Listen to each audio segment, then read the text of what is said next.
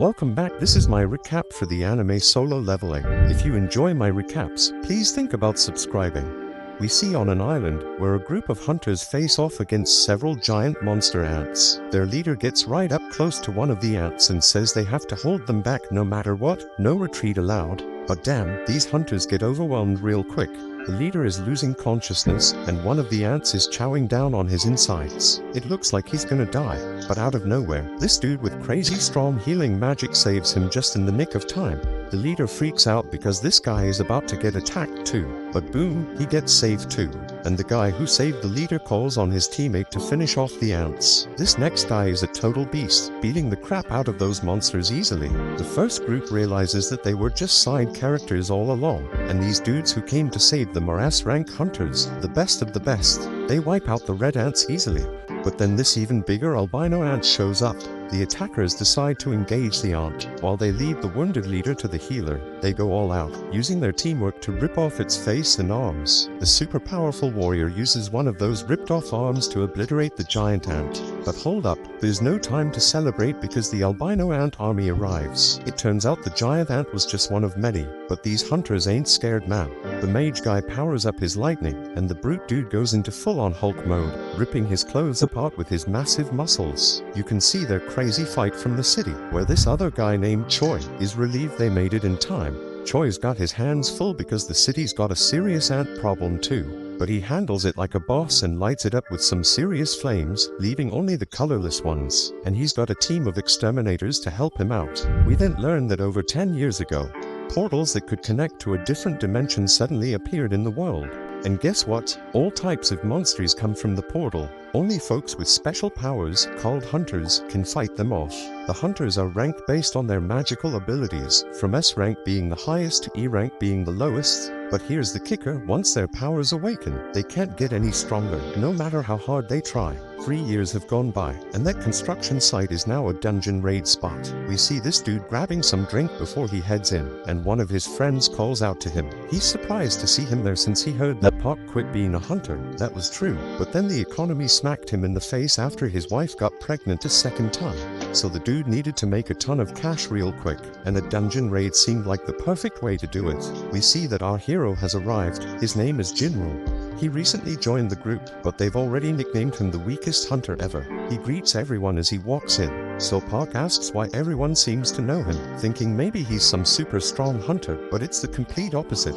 Jin-woo is known as the weakest hunter ever. He managed to get himself injured and ended up in the hospital in an E-rank dungeon. They might as well create a new rank just for him, like an F rank, because he's that weak. But here's the thing, his reputation as the weakest works in his favor. If they call him in for a dungeon raid, it means it's probably gonna be a piece of cake.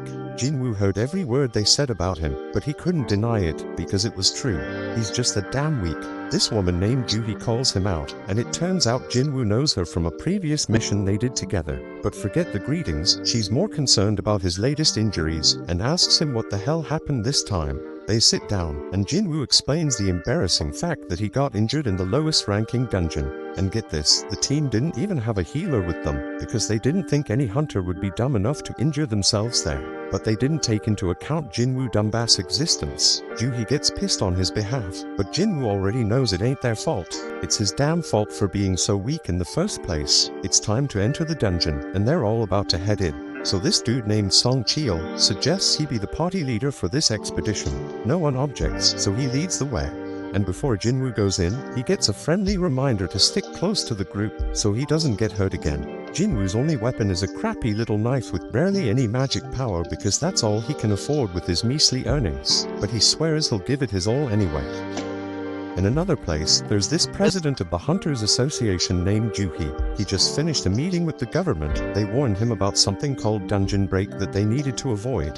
However, these same people demanded that they get the goods obtained from the dungeon. The members of the association make their living by selling the stuff they find in the dungeon, so Juhi doesn't have a problem with that request. The crystals they get from defeating magical creatures are called magic gems, and they sell them for money. Now let's go back to Jin-woo. Somehow, he managed to get his hands on a magic gem. Of course, he's thrilled about finally getting one, but he quickly has to defend himself against a goblin. When Jin-woo attacks the goblin, Jin-woo's blade shatters to pieces. The goblin stabs our hero, and instead of fighting back, Jin-woo just stands there screaming. Luckily, the big guy from earlier rushes past the useless girl and saves Jin-woo. While she heals him, Jin-woo can only watch as the rest of the team does all the work. We then find out that magic gems obtained from high-ranking magical creatures can be used to make more powerful weapons to defeat even stronger creatures. Mana crystals from the dungeon can also be used as weapons, but they're not nearly as effective as the magic gems. The government wants to use these items as a new kind of energy source. It's safer, more efficient, and causes less pollution compared to other types of power. It's like the perfect green energy, and the government is desperately researching how to generate electricity from these gems and crystals.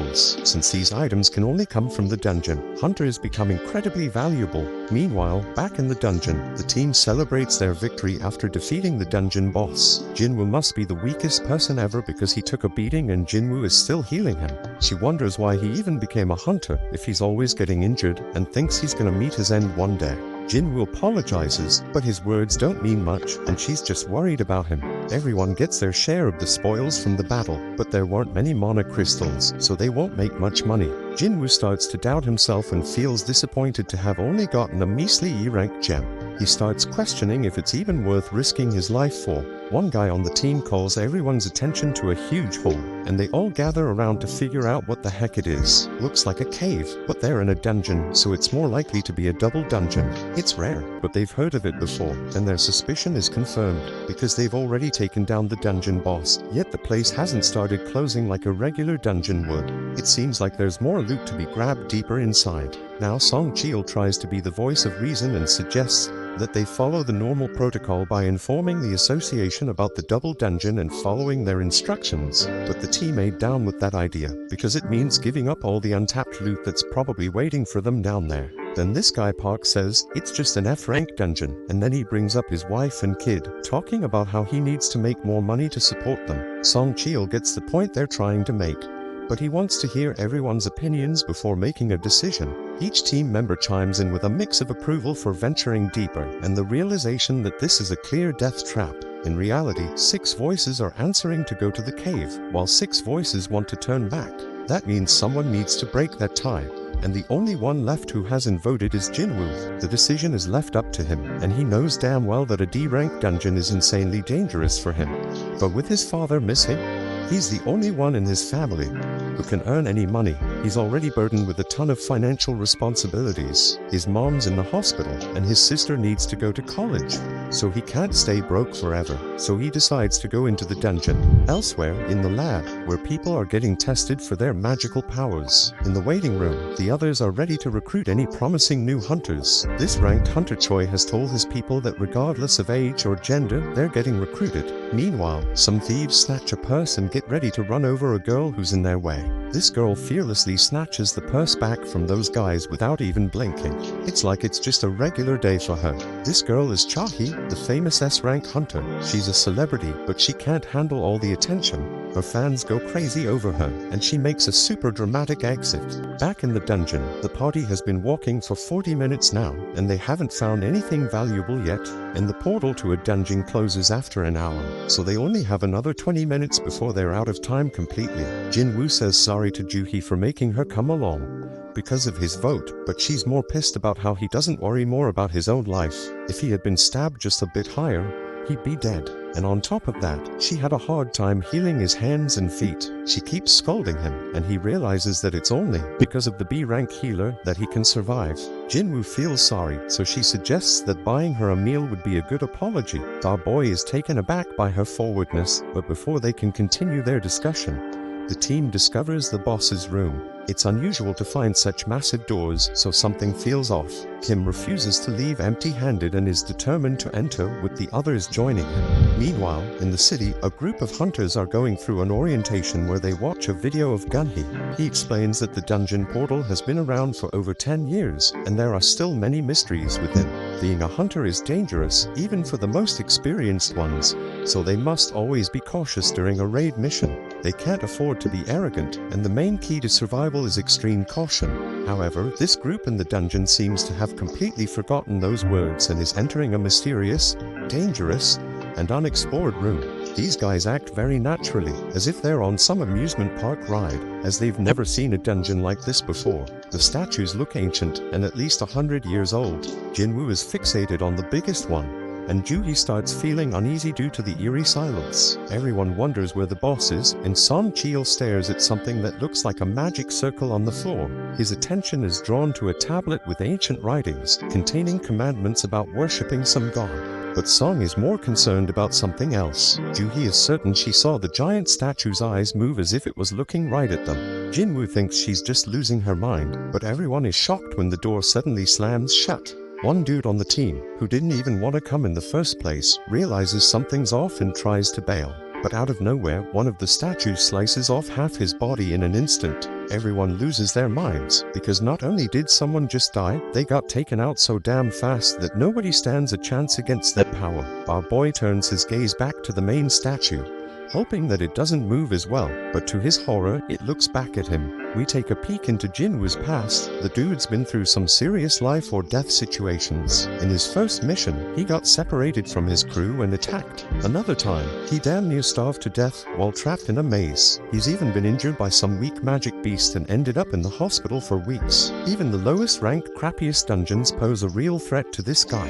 Most hunters collect gems and sell them to buy better weapons, which they use to take down tougher beasts and earn bigger rewards. But not Jin-woo. He's stuck with a cheap little knife, and if that thing ever breaks during a fight, he's left fighting barehanded. His clothes are all raggedy with holes in them. He constantly gets mocked by others. He is stuck in this dangerous job that barely pays the bills. His only way to survive is by finding clever tricks and studying every little detail around him. Fast forward to the present, Jin-woo senses the danger oozing out of the giant statue, but he can't warn the others in time. That giant shoots out a massive beam from its eyes, causing chaos and destruction. The team is freaked out, unable to wrap their heads around what's going on. Joo-hee's trembling in fear, and his buddy Jin-woo is wondering how the hell things ended up like this. They're trapped with no way out, and even if Jin-woo gets lucky this time, he knows deep down he's gonna end up dead sooner or later. But our boy wished to catch the One Piece episode before he died. Song Jinwoo tells everyone to stay put because the statue will strike again if they move.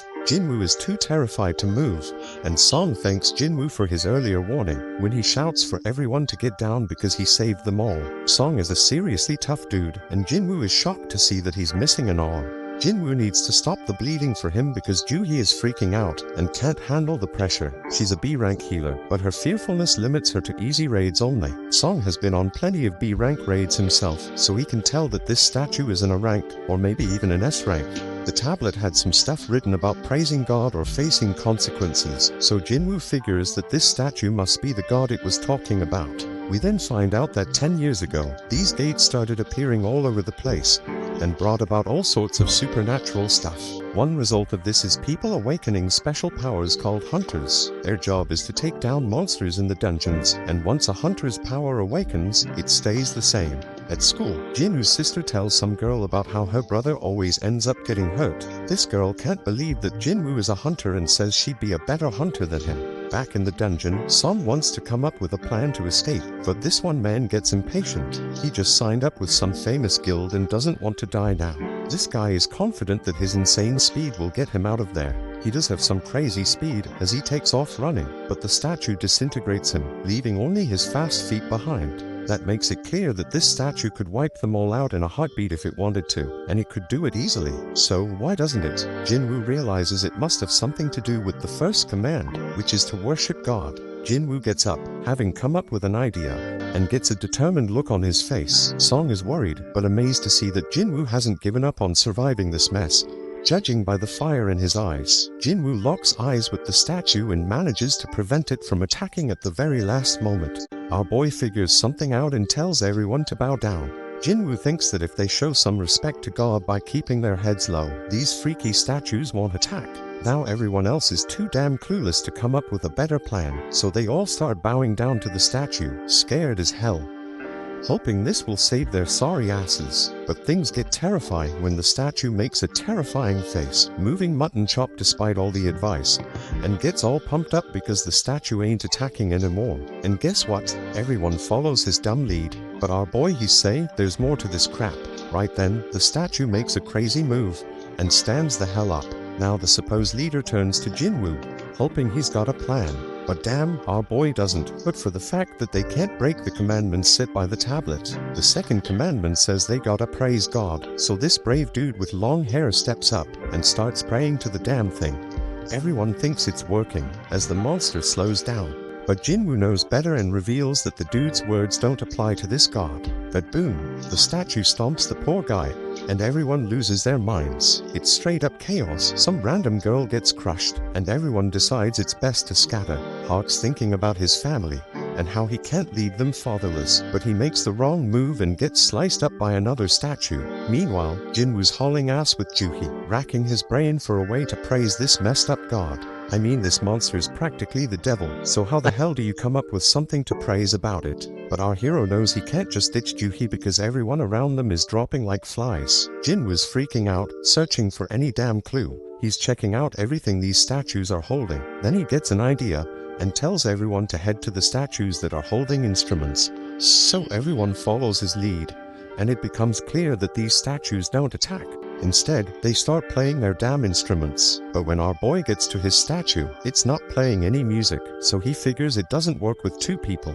Jin-woo leaves Juhi behind, and that statue starts playing its tune. He hauls ass to find his statue, but damn, he nearly gets crushed.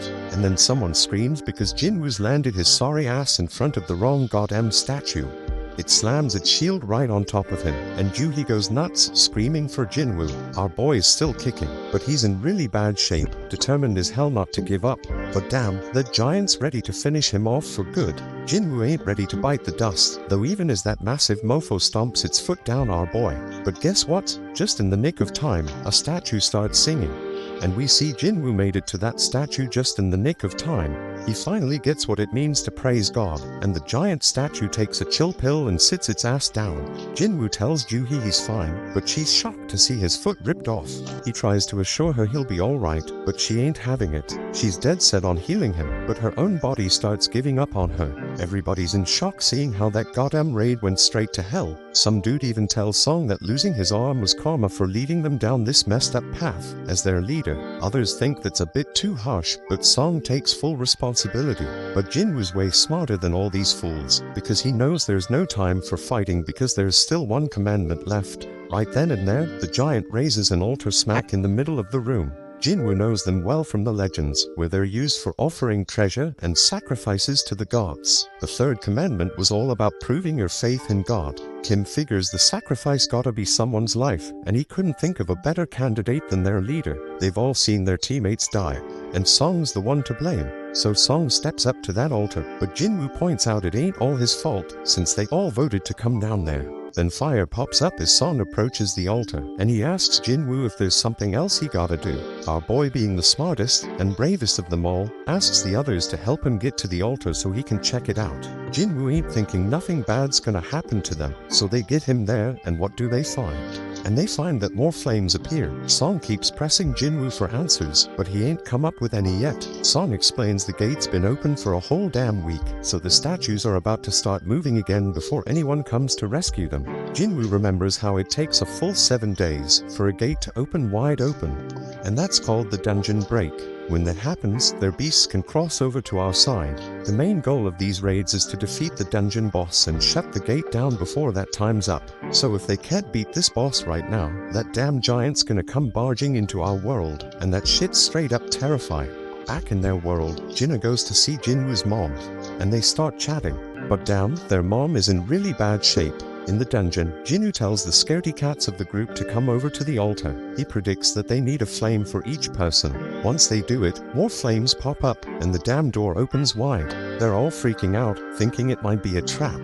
And to their surprise, the other statues start moving towards them. Everyone is panicking, but Jinwoo keeps his cool and starts analyzing the situation. This freaking genius is something else. He tells everyone to keep their eyes on the statues because they won't move if we're watching them. Everyone follows his orders, and shockingly it works. Everyone's doing their best to keep their eyes on those terrifying statues, but then this one chick gives in to fear and tries to haul ass toward the door. As soon as she crosses the circle, her flame goes out, but she manages to make it out the damn door. Song Cheol can't figure out what the hell is happening. The door closed a bit, but the girl made it out alright. He thought we were supposed to stay in the circle, so naturally, he turned to Jin-woo for answers. Jin was just as confused, but he starts analyzing everything again. Those blue flames have been burning out over time. One of the fire ones went out when that girl escaped. The first order was to revere, the second was to praise, and the third was to prove our faith. Jin-woo is damn sure that the door must be a trap.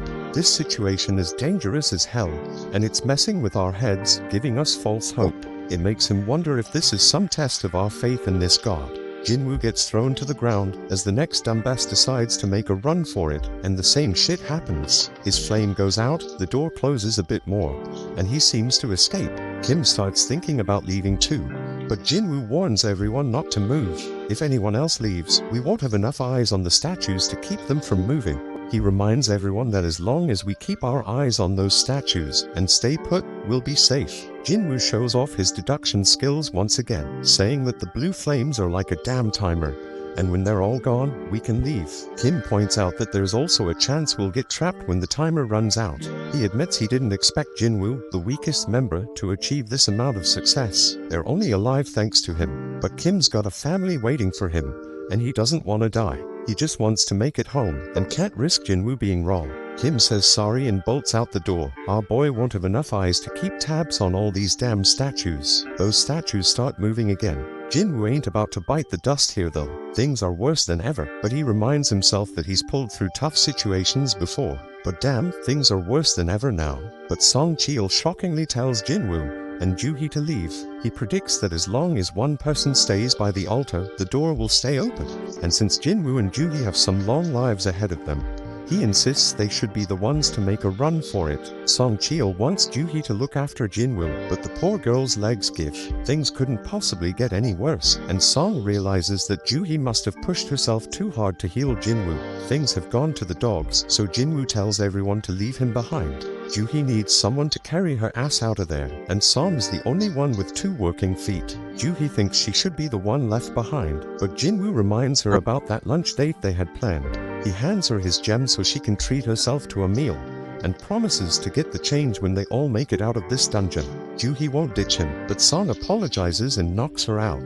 They're running out of time. He apologizes to Jin-woo too, and bolts with Joo-hee to safety. Our boy can at least find comfort in knowing he's the only one who's got to bite it, and his only regret is not having a better damn life insurance policy. Our hero grabs hold of a sword, dead set on taking one of these statues down with him. He tells them to bring it on. Those statues go full savage mode, ripping into him as he fights tooth and nail to stay alive. Jin-woo thinks about how he has always been the weakest. He's constantly getting mocked for it, but he's always given it his all. These damn statues ain't letting up. They chop off his arm, and Jin-woo screams in pure agony. He's angry because it doesn't have to end this way after he poured his heart and soul into trying to become stronger. But these statues keep inflicting more pain and thrash him about further. But despite all the setbacks, he can't help but think about how he gave everything he had to make it this far. He's a fighter, even with just a sliver of life left in him. He's got this burning desire to let out a scream of pure anger, but he can't even do that as he is stabbed through the chest. Jin-woo's on the brink of death, but you can feel the rage coursing through his veins. He starts reflecting on how the first few people who ran away were just weaklings. They claimed they couldn't handle it anymore, but deep down, they were just selfish. Those fools were only looking out for themselves, and it's always the most selfish jerks who end up benefiting the most. That thought fuels Jin-woo's rage even further. He's got a family too. All he wants is to make it back home alive, just like those lucky ones before him. The pain is unbearable, and he starts wondering if it's a good thing that he's the only one who has to die. In his battered state, Jin-woo's mind starts wandering, and he realizes what a hypocrite he's been. He's struggling to catch his breath, desperately clinging to life. He doesn't want to die, but the final attack comes crashing down on him, and our boy wishes he could have one more shot. And just when it seems like it's all over, the final blue flame goes out, and this mysterious notification pops up out of nowhere. It turns out he's completed some secret quest called Courage of the Weak. It's offering him the opportunity to become a player. The catch is if he doesn't accept, the player's heart will stop in a fraction of a second. So no choice, and he hits that yes damn button. Right at that moment, Jin-woo wakes up in the damn hospital, and he's straight up shocked to find out that he's still got his damn arm. He remembers getting dismembered and all, but here he is, with his leg intact too. No sign of getting stabbed in the chest either, so he starts thinking, was that all just a crazy dream? And just when he's pondering this, some dude named Woo rolls up and introduces himself as the manager of the Hunter Association surveillance team. And that purple-haired dude, yeah, his name's Kang, but they ain't saying why they are there. They do reveal that Jin-woo was unconscious for 3 straight days. And get this, Joo-hee and Song ain't dead either. Song lost his arm though, so he might have to peace out as a hunter. Joo-hee's all sorts of messed up mentally, so she's getting psychiatric care. But it doesn't look too good, bro, so she's probably not gonna continue as a hunter. Only 6 peeps made it out alive from that crazy double dungeon they stumbled upon. Being a hunter is always a risky business, but what went down that day was a real tragedy. And here's the real mind-boggler, when another guild showed up later after being alerted by the survivors, and they found just Jin-woo. No signs of the temple or their statues. The survivors all told the same wild-ass story, which is hella hard to believe. Everyone's stories match up perfectly, so nobody's suspecting them. It's a crazy situation. And now, Woo's got this theory. He looks at Jin-woo and asks if he has a second awakening. Woo explains that a hunter's power is determined when they awaken it, and it doesn't change after that. But on some crazy rare occasions, a hunter can go through a second awakening. This mind-blowing event can push them past their previous limits, even to the OS rank. Jin-woo gets all pumped up, thinking about this, and Woo brings out this meter thing to test Jin-woo's power. Woo figures that if they really went up against an instant-level magic beast as the survivors said, a low-level hunter wouldn't stand a chance. And since there ain't a single monster trace left behind, the most likely explanation is Jin-woo's second awakening. Jin-woo's hyped as hell to hear the results of his mana test. But damn, the results ain't looking good. Woo admits they messed up, and they leave. Turns out Jin-woo only scores a lousy 10 on the test. Even E-rankers usually get at least 70. A score of 10 puts Jin-woo in civilian territory. And to top it off, the dungeon just vanished, so they can't even investigate how Jin-woo pulled off survival. Jin-woo's bummed out by the whole damn thing, but he can't help but wonder why those guys didn't ask about the freaking thing floating in the air. He's freaking out, wondering if he's the only one who can see this, and then he realizes it's like a touch screen or something. Jin-woo remembers getting a message about becoming a player, but his sister interrupts his thoughts. She's all worried about him, so he apologizes and asks if she can see the panel. She can't see it, so he asks if she knows how opening messages in games usually work. Jenna thinks he's gone nuts, but our boy reminds her she used to be a gamer. She gives him the obvious answer, saying he just needs to check his inbox. Right then, a notification pops up saying Jin-woo has a daily quest, which is all about strength training. After Jenna leaves, our hero opens up a ton of these panels. They explain that the system is there to help the player get better, and if he doesn't follow it, there's gonna be consequences. They've also sent him some rewards, but Jin-woo has no clue what any of it means. Jin-woo accepts his daily quest, which sets out a bunch of goals like push-ups, sit-ups, squats, and running. But if he fails to complete the quest, he's gonna get penalized. Jin-woo starts wondering if this whole thing's a joke since he's stuck in the hospital and ain't got no energy for any of that crap. Outside, Woo tells the chairman that Jin-woo didn't have a second awakening. The whole incident's still a mystery, so they're gonna mark it as a special case and look into it more. Meanwhile, Mr. Choi tells Cha-hee that she's gonna be part of a B-rank raid as an instructor. This raid's gonna test and train the recruits, and he can't think of a better instructor than her. Cha-hee doubts her teaching skills, but Mr. Choi tells her to just fight like she always does, and everyone gonna learn from watching her. He goes on to explain that the Hunter Guild is one of the top 5 guilds in the country, but they ain't nothing special on the international stage. Hunters can't level up on their own, but they can improve their collective combat skills. Somewhere else, another gate opens up, and the observers are all like, damn, when are the hunters gonna show up? At the freaking hospital, Jin-woo falls asleep as he tosses it aside all shaky, and grabs that beast with his bare hands. Jin-woo admits that he's been laser focused on boosting his strength ever since he got that leveling system, so he decides to rely on that now and starts crushing the snake's tough scales. The snake's trying to shake him off, but it's too damn late because Jin-woo knows he can kill that sucker. Jin-woo straight up demands the snake to die, using his crazy physical strength to defeat it. Then boom, he gets a notification saying he leveled up multiple times, and our hero bursts out laughing. He's like, damn, I really got stronger. We see the aftermath of this epic battle. Another notification explains that he just kicked the Swamp King's ass, He gets this badass dagger made from the serpent's fangs that's twice as powerful as Kim's sword. It even has paralysis and drain effects. Oh, and he also gets this toxic potion that'll make his skin tough as nails, but mess up his muscles permanently. Now the dungeon turns into a train station, and Jin-woo realizes he beat the whole damn thing by himself. He's walking around with his broken sword, but there's nobody in sight. Some soldier tells Jin-woo to find shelter, but he quickly figures out that Jin-woo is a hunter. The soldier's like, "My bad, let's go kick some ass together." There are monsters all over the place, so Jin-woo figures it must have been a dungeon break, and some magic beast came out of a portal. The soldier says they handled most of the situation, but there's still one huge badass monster left. Jin-woo's perception ability has gone through the roof, and he can sense where the boss is. We see this massive golem wrecking shit, and the people are scared as hell it's gonna get worse. The hunters are struggling to fight it, and the leader tells the healers to focus on keeping their tank alive. The healers are all like, "We're doing our damn job," and the tank wonders what the damage dealers are even doing. The damage dealers are giving it their all, but the golem's defense is insane, and to make matters worse, they don't have enough hunters who can use magic. Jin-woo expertly analyzes the situation and realizes that this group of hunters was put together in a hurry. No wonder they ain't working together. He uses his perception again and sees their ranks. 2 are ranks and 2 D ranks. One of those D ranks is a tank,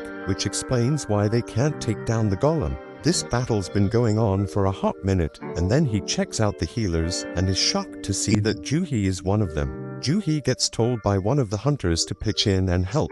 She reminds her that she's supposed to be a B rank healer, but then she snaps out of her fear and casts a spell, and the hunter's like, "Stay focused, girl." But poor Juhee can't shake off those creepy memories of the giant statue, so she loses her concentration again. Jin-woo notices she's still freaked out, but he doesn't blame her, because he's feeling the same way. Then it hits him that things have actually changed. This golem is a weak-ass D-rank boss, way weaker than the one he just fought. The hunters start freaking out because they're losing the battle real quick, and they realize they ain't got a chance without a higher-ranked hunter. That's when Jin-woo gears up for an attack and figures out that they can take down the golem if they can just break through its defenses. Jin-woo plans to lend them a hand by using an attack strong enough to pierce through the stone. Jin-woo hurls his busted sword with so much force that it straight up shatters the golem's shield, and the hunters start wailing at it. They barely lay a finger on it and manage to bring it down. They can't believe they actually did it,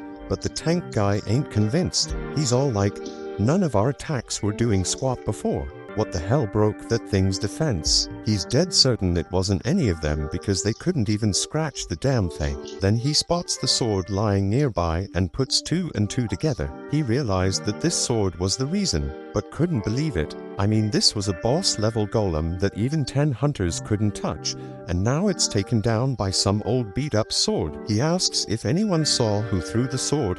The soldier explains that it was the fisherman they brought with him. But here's the kicker: the hunter's gone missing, and the tank stares in utter disbelief. This person had some next-level power, and he couldn't help but wonder how high-ranked this mysterious hunter was. Jin-woo dipped out of the area to keep his power on the down low, and he's like, "I didn't think one attack would do that much damage." Our hero might not even realize the extent of his power, because he figures the monster must have been seriously messed up before he struck. The battle's done, and Juhee's wondering if it was Jin-woo who came through in the clutch.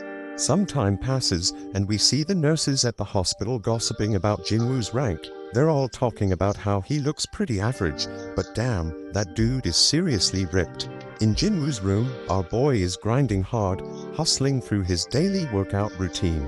These thirsty nurses won't shut up about him. They can't even believe how fast he's transformed. One poor nurse straight up falls for Jin-woo when she catches him post-workout, and she can't stop staring at his ripped body. Today's the day Jin-woo bounces out of the hospital, so this desperate nurse asks for his digit. But Jin-woo ain't all there yet, still stuck on the fact that he thinks she just wants to send him test results after he's released. On the news, we catch up with Beak, that S-rank hunter who took down the giant ants. He's one of only 7 S-rank hunters in the country and gives us a glimpse into the life of a top hunter. He breaks it down, saying he's gotta train like a beast every day when he ain't raiding dungeons. Even the smallest mistake could lead to his buddies getting hurt, so he gotta stay sharp. No doubt, Gina notices that Jin-woo is now seriously ripped and has even grown taller.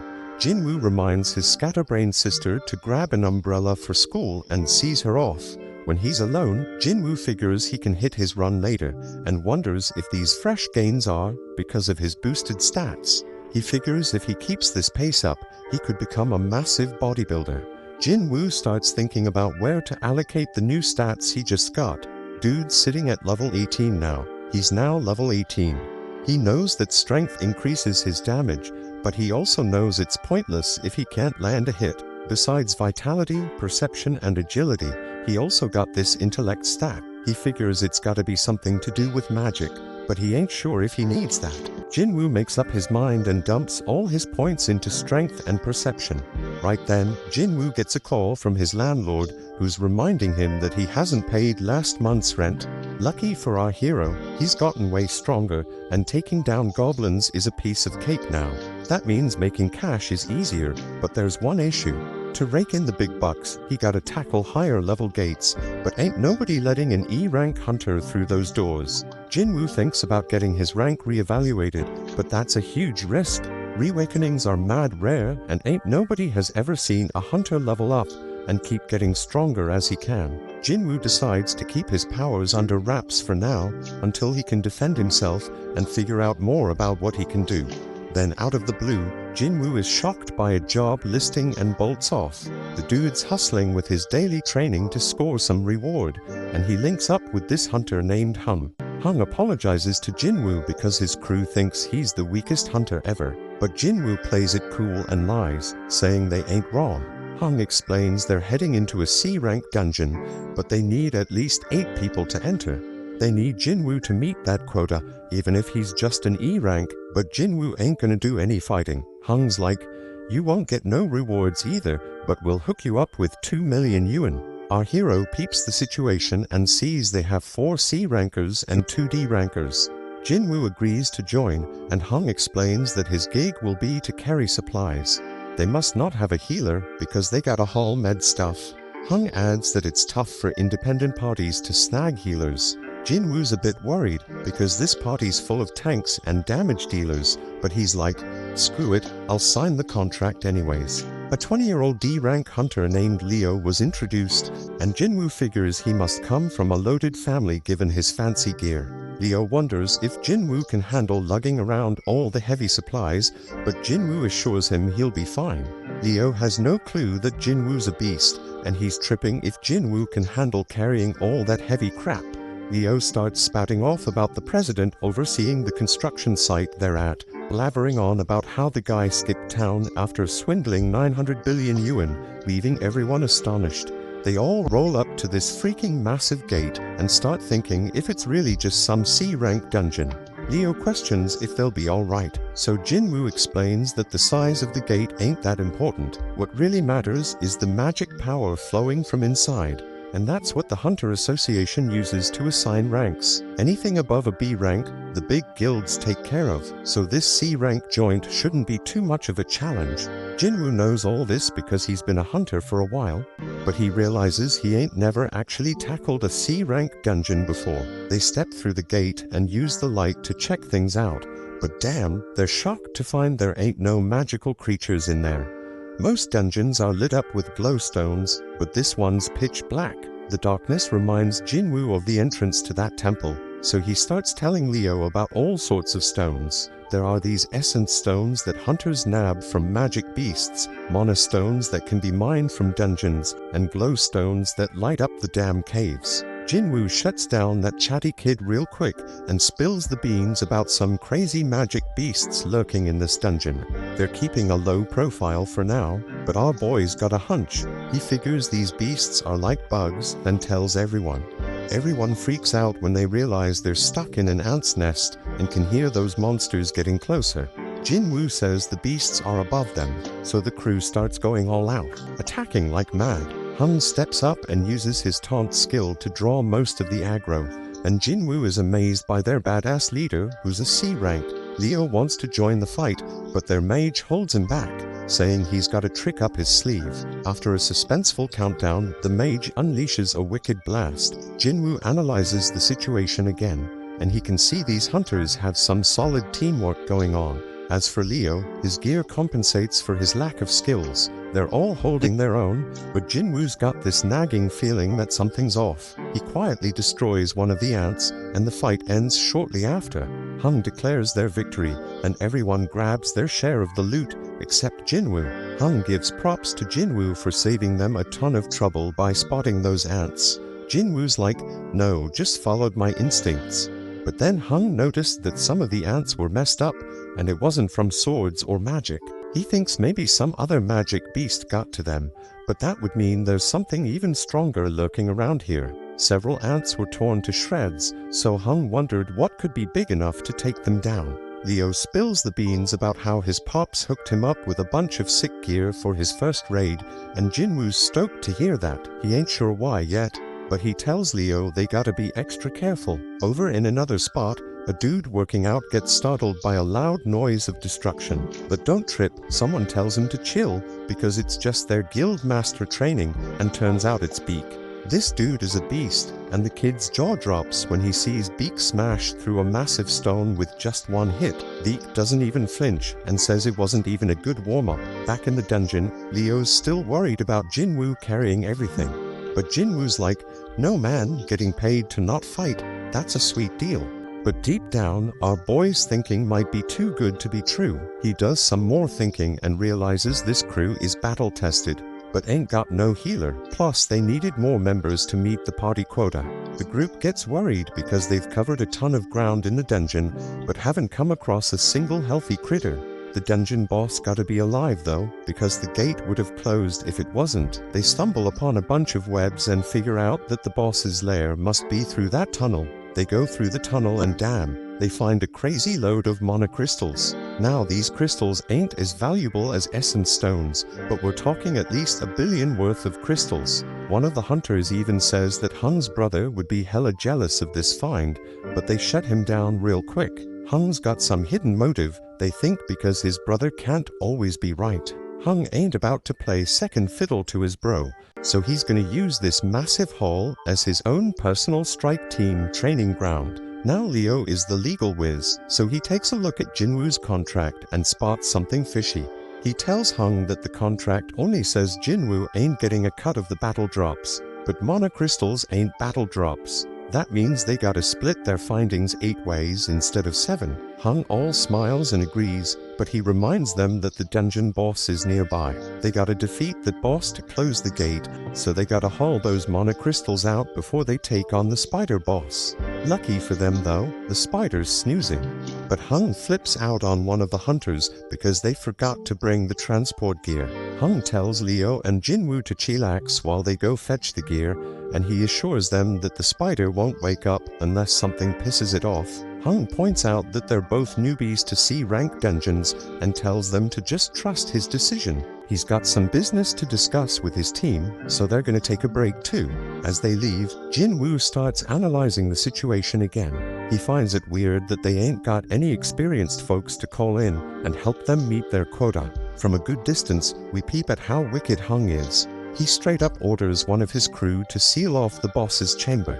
The dude follows through, and Leo, he tosses it aside all shaky and grabs that beast with his bare hands. Jin-woo admits that he's been laser focused on boosting his strength ever since he got that leveling system, so he decides to rely on that now and starts crushing the snake's tough scales. The snake's trying to shake him off, but it's too damn late because Jin-woo knows he can kill that sucker. Jin-woo straight up demands the snake to die, using his crazy physical strength to defeat it. Then boom, he gets a notification saying he leveled up multiple times, and our hero bursts out laughing. He's like, "Damn, I really got stronger." We see the aftermath of this epic battle. Another notification explains that he just kicked the Swamp King's ass. He gets this badass dagger made from the serpent's fangs that's twice as powerful as Kim's sword. It even has paralysis and drain effects. Oh, and he also gets this toxic potion that'll make his skin tough as nails, but mess up his muscles permanently. Now the dungeon turns into a train station, and Jin-woo realizes he beat the whole damn thing by himself. He's walking around with his broken sword, but there's nobody in sight. Some soldier tells Jin-woo to find shelter, but he quickly figures out that Jin-woo is a hunter. The soldier's like, "My bad, let's go kick some ass together." There are monsters all over the place, so Jin-woo figures it must have been a dungeon break, and some magic beast came out of a portal. The soldier says they handled most of the situation, but there's still one huge badass monster left. Jin-woo's perception ability has gone through the roof, and he can sense where the boss is. We see this massive golem wrecking shit, and the people are scared as hell it's gonna get worse. The hunters are struggling to fight it, and the leader tells the healers to focus on keeping their tank alive. The healers are all like, "We're doing our damn job," and the tank wonders what the damage dealers are even doing. The damage dealers are giving it their all, but the golem's defense is insane, and to make matters worse, they don't have enough hunters who can use magic. Jin-woo expertly analyzes the situation and realizes that this group of hunters was put together in a hurry. No wonder they ain't working together. He uses his perception again and sees their ranks. 2 are ranks and 2 D ranks. One of those D ranks is a tank, which explains why they can't take down the golem. This battle's been going on for a hot minute, and then he checks out the healers and is shocked to see that Juhee is one of them. Juhee gets told by one of the hunters to pitch in and help. She reminds her that she's supposed to be a B rank healer, but then she snaps out of her fear and casts a spell, and the hunter's like, "Stay focused, girl." But poor Juhee can't shake off those creepy memories of the giant statue, so she loses her concentration again. Jin-woo notices she's still freaked out, but he doesn't blame her, because he's feeling the same way. Then it hits him that things have actually changed. This golem is a weak-ass D-rank boss, way weaker than the one he just fought. The hunters start freaking out because they're losing the battle real quick, and they realize they ain't got a chance without a higher-ranked hunter. That's when Jin-woo gears up for an attack and figures out that they can take down the golem if they can just break through its defenses. Jin-woo plans to lend them a hand by using an attack strong enough to pierce through the stone. Jin-woo hurls his busted sword with so much force that it straight up shatters the golem's shield,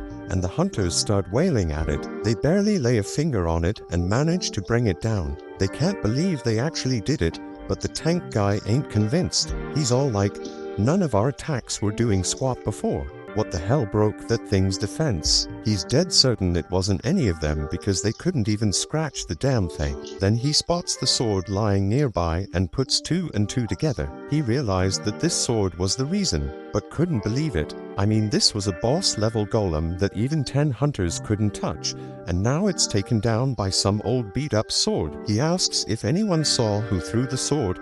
The soldier explains that it was the fisherman they brought with him. But here's the kicker: the hunter's gone missing, and the tank stares in utter disbelief. This person had some next-level power, and he couldn't help but wonder how high-ranked this mysterious hunter was. Jin-woo dipped out of the area to keep his power on the down low, and he's like, "I didn't think one attack would do that much damage." Our hero might not even realize the extent of his power, because he figures the monster must have been seriously messed up before he struck. The battle's done, and Juhee's wondering if it was Jin-woo who came through in the clutch.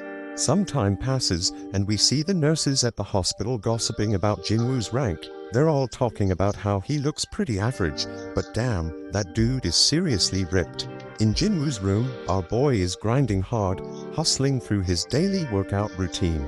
These thirsty nurses won't shut up about him. They can't even believe how fast he's transformed. One poor nurse straight up falls for Jin-woo when she catches him post-workout, and she can't stop staring at his ripped body. Today's the day Jin-woo bounces out of the hospital, so this desperate nurse asks for his digit. But Jin-woo ain't all there yet, still stuck on the fact that he thinks she just wants to send him test results after he's released. On the news, we catch up with Beak, that S-rank hunter who took down the giant ants. He's one of only 7 S-rank hunters in the country and gives us a glimpse into the life of a top hunter. He breaks it down, saying he's gotta train like a beast every day when he ain't raiding dungeons. Even the smallest mistake could lead to his buddies getting hurt, so he gotta stay sharp, no doubt. Gina notices that Jin-woo is now seriously ripped and has even grown taller. Jin-woo reminds his scatterbrained sister to grab an umbrella for school and sees her off. When he's alone, Jin-woo figures he can hit his run later and wonders if these fresh gains are because of his boosted stats. He figures if he keeps this pace up, he could become a massive bodybuilder. Jin-woo starts thinking about where to allocate the new stats he just got. Dude's sitting at level 18 now. He's now level 18. He knows that strength increases his damage, but he also knows it's pointless if he can't land a hit. Besides vitality, perception, and agility, he also got this intellect stat. He figures it's gotta be something to do with magic, but he ain't sure if he needs that. Jin-woo makes up his mind and dumps all his points into strength and perception. Right then, Jin-woo gets a call from his landlord, who's reminding him that he hasn't paid last month's rent. Lucky for our hero, he's gotten way stronger, and taking down goblins is a piece of cake now. That means making cash is easier, but there's one issue. To rake in the big bucks, he gotta tackle higher level gates, but ain't nobody letting an E-rank hunter through those doors. Jin-woo thinks about getting his rank reevaluated, but that's a huge risk.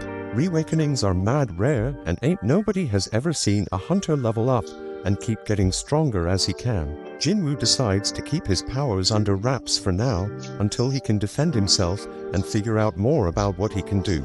Then out of the blue, Jin-woo is shocked by a job listing and bolts off.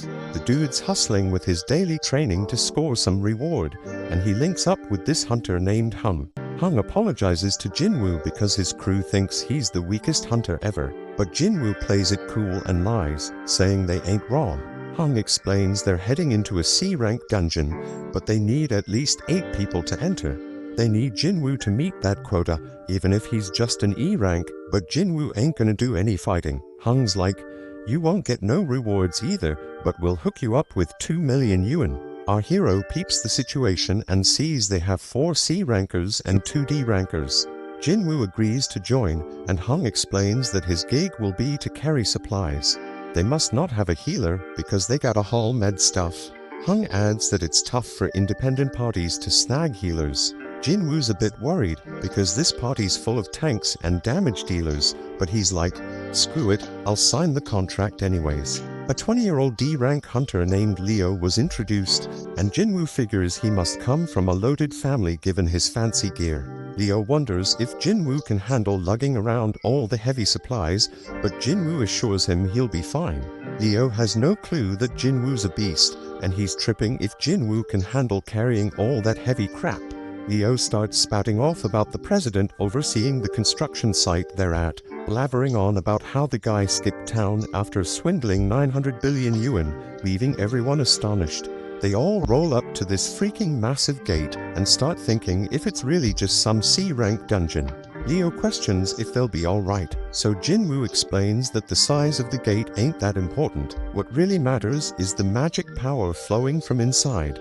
And that's what the Hunter Association uses to assign ranks. Anything above a B rank, the big guilds take care of, so this C rank joint shouldn't be too much of a challenge. Jin-woo knows all this because he's been a hunter for a while, but he realizes he ain't never actually tackled a C rank dungeon before. They step through the gate and use the light to check things out, but damn, they're shocked to find there ain't no magical creatures in there.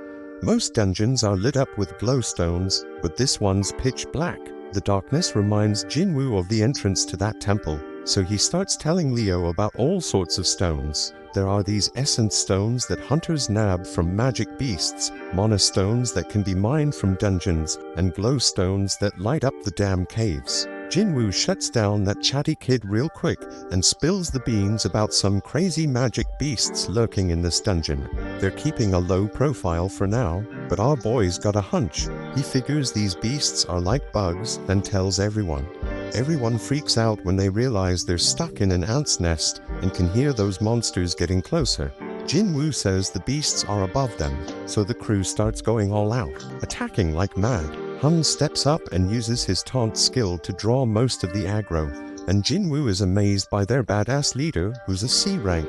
Leo wants to join the fight, but their mage holds him back, saying he's got a trick up his sleeve. After a suspenseful countdown, the mage unleashes a wicked blast. Jin-woo analyzes the situation again, and he can see these hunters have some solid teamwork going on. As for Leo, his gear compensates for his lack of skills. They're all holding their own, but Jin-woo's got this nagging feeling that something's off. He quietly destroys one of the ants, and the fight ends shortly after. Hung declares their victory, and everyone grabs their share of the loot, except Jin-woo. Hung gives props to Jin-woo for saving them a ton of trouble by spotting those ants. Jin-woo's like, "No, just followed my instincts." But then Hung noticed that some of the ants were messed up, and it wasn't from swords or magic. He thinks maybe some other magic beast got to them, but that would mean there's something even stronger lurking around here. Several ants were torn to shreds, so Hung wondered what could be big enough to take them down. Leo spills the beans about how his pops hooked him up with a bunch of sick gear for his first raid, and Jin-woo's stoked to hear that. He ain't sure why yet, but he tells Leo they gotta be extra careful. Over in another spot, a dude working out gets startled by a loud noise of destruction. But don't trip, someone tells him to chill, because it's just their guild master training, and turns out it's Beak. This dude is a beast, and the kid's jaw drops when he sees Beak smash through a massive stone with just one hit. Beak doesn't even flinch, and says it wasn't even a good warm-up. Back in the dungeon, Leo's still worried about Jin-woo carrying everything. But Jin-woo's like, "No man, getting paid to not fight, that's a sweet deal." But deep down, our boy's thinking might be too good to be true. He does some more thinking and realizes this crew is battle-tested, but ain't got no healer. Plus, they needed more members to meet the party quota. The group gets worried because they've covered a ton of ground in the dungeon, but haven't come across a single healthy critter. The dungeon boss gotta be alive though, because the gate would have closed if it wasn't. They stumble upon a bunch of webs and figure out that the boss's lair must be through that tunnel. They go through the tunnel and damn, they find a crazy load of monocrystals. Now these crystals ain't as valuable as essence stones, but we're talking at least 1 billion worth of crystals. One of the hunters even says that Hung's brother would be hella jealous of this find, but they shut him down real quick. Hung's got some hidden motive, they think, because his brother can't always be right. Hung ain't about to play second fiddle to his bro, so he's gonna use this massive haul as his own personal strike team training ground. Now Leo is the legal whiz, so he takes a look at Jin-woo's contract and spots something fishy. He tells Hung that the contract only says Jin-woo ain't getting a cut of the battle drops, but monocrystals ain't battle drops. That means they gotta split their findings 8 ways instead of 7. Hung all smiles and agrees, but he reminds them that the dungeon boss is nearby. They gotta defeat the boss to close the gate, so they gotta haul those monocrystals out before they take on the spider boss. Lucky for them though, the spider's snoozing. But Hung flips out on one of the hunters because they forgot to bring the transport gear. Hung tells Leo and Jin-woo to chillax while they go fetch the gear, and he assures them that the spider won't wake up unless something pisses it off. Hung points out that they're both newbies to C-rank dungeons and tells them to just trust his decision. He's got some business to discuss with his team, so they're gonna take a break too. As they leave, Jin-woo starts analyzing the situation again. He finds it weird that they ain't got any experienced folks to call in and help them meet their quota. From a good distance, we peep at how wicked Hung is. He straight up orders one of his crew to seal off the boss's chamber. The dude follows through, and Leo realizes they got backstabbed. This is exactly what Jin-woo was worried about. He remembers how Song warned him that there are some real crooks in their line of work. Raiding dungeons is no joke. Accidents happen all the time, and in that chaos, crimes can go unnoticed. Ain't no security cameras in these dungeons, so as long as there ain't no survivors, there won't be no evidence. Leo is pissed that these dudes are really willing to throw them under the bus for some monocrystals. He's starting to regret even bringing up the damn contract, but Jin-woo ain't falling for it. They were ready to off them at any moment if they stepped out of line. Now their main concern is the boss that just woke up, and Leo tells Jin-woo to fall back. Jin-woo spots an exit, but he quickly realizes that Hung already knows about it. The spider's wide awake now, and Jin-woo realizes this C-rank beast is on a whole another level. But hold up, our boy ain't about to back down. He takes charge, telling Leo to stay out of the way, because he's gonna throw down with this thing. Jin-woo summons his weapon and declares he's gonna beat its ass. When Hung's crew bails out of that dungeon, the mage is all like, why didn't they just take out those two newbies themselves? But Hung explains they couldn't risk waking up the spider, because they needed snoozing to grab those sweet mana crystals. He ain't worried though, because some dude with 0 experience and the weakest hunter ever ain't got no chance against that spider. The plan is to wait for the spider to chow down on them and pass out again. They can't go in guns blazing because it would wake the spider up, but Hung knows about this little path above the cave. Worst case scenario, the spider doesn't pass out after munching on the newbies. If their crew can't nab them mana crystals, their group will at least swipe Leo's gear, which is worth a fortune. Hung and the mage both agree they can't take on the spider themselves, and Hung makes it clear the spider shouldn't be slept on. That boss is straight up deadly, and it's just a matter of time before those newbies get smoked. Inside the dungeon, Leo tries to talk Jin-woo out of fighting the boss, because only a B-rank hunter could take down a C-rank dungeon boss solo. Even an elite level C-rank wouldn't stand a chance, so Leo thinks they should bounce and find a way out. Jin-woo recognizes that Leo's right. Even though he's had a second awakening and leveled up, he still sees himself as weak. The Golem and Venom bosses were both D ranks, so this spider is on a whole another level. Jin-woo can't explain it, but he ain't feeling any pressure right now. He realizes he must have gotten strong enough to not fear C-rank bosses anymore. He's at level 18 and straight up claims he's got a shot at taking it down. Once he starts attacking that spider, he's like, well, the real hunt begins now. Over in another spot, this big shot named Goto, the president of the Hunters Association, is exhausted from being stuck in a bunch of boring meetings. His driver offers to spar with him to cheer him up, and Goto can't say no when a young buck looks up to him. Back in that dungeon, Jin-woo realizes the spider's skin is hella tough. Its attacks pack a crazy punch, and if Jin-woo gets tagged even once, he's a goner for sure. Leo closely watches Jin-woo's movements and instantly figures out that this ain't how no E-rank hunter moves. He's wondering who the hell Jin-woo really is, and starts questioning if he's some fake-ass ranker. Only a handful of hunters can control their magic power enough to purposely get a lower rank. Them folks are called false rankers, and usually they're psychos who get a kick out of killing. Leo's starting to regret going into that dungeon, and Jin-woo realizes he can't even put a dent in that spider's tough hide. Jin-woo's fatigue is skyrocketing, and the dude needs to wrap this fight up real quick. His dagger's got some sick paralysis and drain powers, so he figures that's gonna be his ticket to victory. Jin-woo's gotta target the spider's weak spot with those moves, but damn, he's hella surprised when the spider busts out an acid attack. Jin-woo's gotta close the gap, so he decides to use a cool new skill called Dash. He uses it to smack that spider right in the face, but his dagger's debuffs don't stick. Jin-woo ain't one to throw in the towel though. He decides to keep wailing on that spider as much as he can. Dude's pushing himself harder and harder, but his fatigue catches up to him, and that spider lands a nasty hit. Jin-woo's about to get squashed, but guess what? He remembers he's got a reward left from his daily quest, so he cashes it in and fully recovers. Leo's freaking out, thinking Jin-woo's a goner, but our hero ain't done yet. He lands another hit, and this time he straight up stabs that spider in the eye, getting those dagger debuffs going. Jin-woo ain't wasting this chance, so he stabs that spider over and over, keeping those debuffs going strong. Eventually, that spider just can't take it anymore and goes down for the count. A notification pops up, saying Jin-woo just took down the dungeon boss. Jin-woo knows he got lucky not picking a reward before diving into that dungeon, because he'd be 6 feet under right now for sure. Leo's mind is blown, seeing Jin-woo take down a dungeon boss all by himself.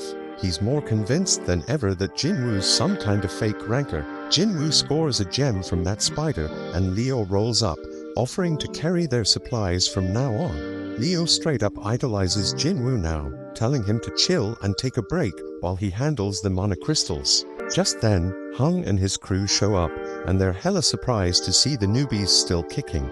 In a training room, Goto straight flexes on Woo, showing off his mad skills by totally overpowering him like it's no biggie. Goto gives props to Woo, saying he feels way better now. Woo's mind is blown that the prez ain't even rusty. Goto explains he ain't as strong as before, but he can tell Woo's been grinding hard. Woo acknowledges that training can't level up a hunter, but it can level up their skills. Goto points out that a hunter's gotta be physically and mentally strong, especially in dungeons where you have the worst kind of people lurking. Back in the dungeon, Hung's crew concludes that the newbies only survived because this spider must have been dumb as a rock. They straight up clown the spider for losing to low-level hunters. Hung spills the beans to Leo that he knows Leo's from a rich family, but Leo's like, who cares? That's when Hung drops the bomb and tells Leo he's only getting one chance. He tells Leo to straight up off Jin-woo. Hung's like, usually we kill the people we recruit for our party so we can keep all the loot ourselves. But hey, if Leo agrees to join us, we won't off him. If Leo says no, we'll just kill them both. Hung thinks Leo might be a threat because he has some crazy gear that gives him superpowers to take down the spider. He'd rather not test that theory, so he wants to talk Leo into taking on weak-ass Jin-woo. Hung's stoked when Leo starts heading toward Jin-woo, but then he's all shocked when Leo ends up taking Jin-woo's side. This evil group decides to straight up end their lives, and Hung's wondering if the newbies ever had to off any peeps before. Right then and there, Jin-woo gets an urgent mission, and it's straight up wild because he gotta take out 6 enemies in front of him. Now the gang decides to go after the weaker one, so the mage attacks Jin-woo. Leo's all worried about his new buddy, and freaked when he sees how messed up Jin-woo is. Meanwhile, one of the group members, Chahi, was told to brag about how amazing she was. They struggled with an rank beast, but she took it down in a flash. These girls feel lucky because they are in 2 of the sickest guilds around. After all, there are all sorts of messed up stories about the other squads, like those strike teams with crazy high death rates. Back in the dungeon, Hung's like, it's game over, Jin-woo's done for. Jin-woo starts beating himself up for forgetting, and reminds himself that this world is all about survival of the fittest. It's a world full of shady tricks and backstabbing. He's straight up fuming because he forgot this truth and realizes he got numb to it. Jin-woo's chilled out now, and he's thinking about how he straight up messed up because he was careless and too damn cocky. This level system is pushing him to kill, so he's wondering if it needs him alive for some reason. He figures this system ain't just being nice, it wants him alive. But that's not all, it also wants him to be strong. So Jin-woo's like, if this system wants to use me, then I may use it right back. He tells the crew that they remind him that the weak ones are the ones who bite the dust in the dungeon. They are stoked to hear the weakest hunter knows how it goes, but Jin-woo points out that they better be ready for when this rule doesn't work in their favor.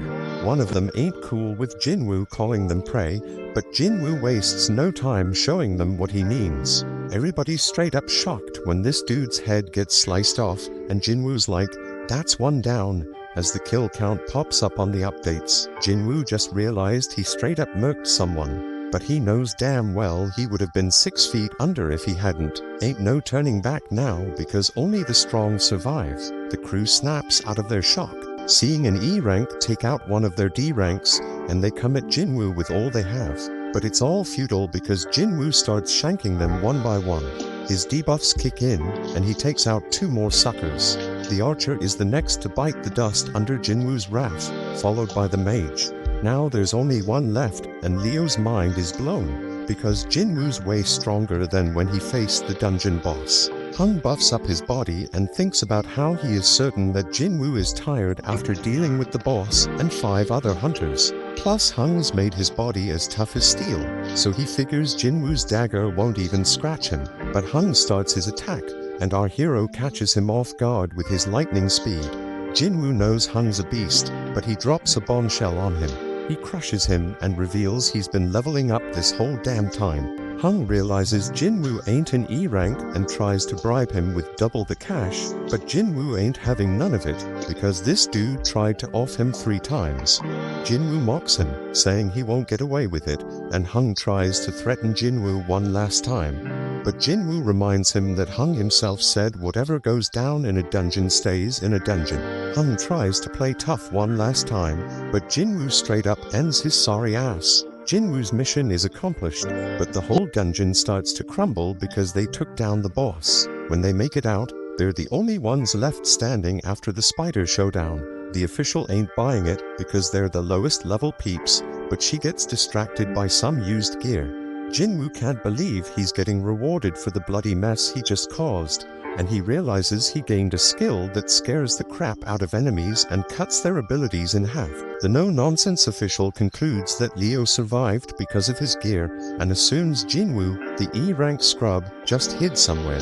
Leo gives props to Jin-woo for a job well done, and then it starts raining. Leo wonders if something's up, but the chill Jin-woo explains he's just happy he gave his sister an umbrella. Somewhere else, Woo gets told about this crazy incident where 6 hunters got wiped out, and only 2 of them made it out alive. It's pretty normal for hunters to dip when they're outmatched in dungeons, but he's hella surprised when he hears that these survivors actually took down the dungeon boss before bouncing. Woo straight up interrupts the dude before he can spill more, but then he gets hit with a bombshell. One of the survivors is none other than Jin-woo. Woo knows this shit involves the infamous Hung, which explains why he got dragged into this mess. Jin-woo rolls back home and lets his sister know that he's gonna cover their mom's hospital bills for a while. Gina thinks he must have scored big cash from his last raid, but she's like, "Hold up, bro, you ain't even injured." She figures he must have had a solid-ass team making it easy to take down the bad guys. Jin-woo admits that it was a piece of cake, not just because he was way stronger than them, but also because he didn't hesitate to finish them off. In the past, he would have looked for an escape route, but the new Jin-woo was ticked off at them for even thinking they had a shot against him. He wonders if leveling up made him bold, but he reminds himself that they were humans, not dungeon monsters. Gina snaps him back to reality, and he remembers why he's getting stronger. It's so he can stay alive and hold it down for his family. So if he had to do what he did in that dungeon again, he would. Just then, some harmful substance gets detected in his body, and he realizes it's from what he's drinking. But Jin-woo keeps sipping, and he notices he ain't getting drunk at all. Then a notification pops up, revealing a reward he got from that double dungeon. It cancels out any toxic or messed up conditions and amps up his regenerative abilities. He was too busy to check his rewards that day, but now it all makes sense why he grew his damn arm back. Shit's getting real, my friends. Later on, Jin-woo links up with Leo, who's all grateful for Jin-woo saving his ass. But Jin-woo's like, "No kid, you don't owe me shit." Leo hasn't spilled the beans about what really went down in that dungeon, so Jin-woo ain't expecting any payback. But then Leo drops a bomb. He's putting together a strike team, but Jin-woo shuts him down before he can even ask him to join. Leo's begging Jin-woo to give him a chance, saying he just needs him for 19 raids. He spills that he wants to become a guild master, and to do that, he needs at least 20 raids under his belt. Leo's old man wants to start a guild for his construction company, and Leo's down to help however he can. Dungeons are mad dangerous, but the loot they hold makes it all worth the risk. It ain't just about mana crystals and essence stones, everything in a dungeon's got value. Jin-woo gets it. Having hunters raid dungeons for a company is a solid business move. Leo's dad wants an S-rank hunter as the guild master, but Jin-woo's hella surprised because there are only 7 rank hunters in the whole damn country. And to make it worse, the only S-rank who ain't already in a guild is Min, and that dude's retired. This means Leo's pops must be planning to snatch an S-rank from another guild, but Jin-woo warns him about that shit because he's just gonna make enemies with the guild he takes them from. It's a risky game, my peeps. Leo switches up his game to convince Jin-woo and straight up tells him he gonna need some backup for their raids, especially if he wants to keep his power under wraps. And that's a genius move because it'll be way more convincing to his old man if he succeeds rolling with a low-rank hunter like Jin-woo who's playing pretend. Leo shows Jin-woo the building they're planning to use as the guild headquarters and says it's worth a crazy amount of money, like 30 billion yuan. That's some serious dough, man. Leo wants to give it all to Jin-woo in exchange for his help in completing 19 raids. Jin-woo would have been all over that offer in the past, but things have changed since he became the only dude who can level up.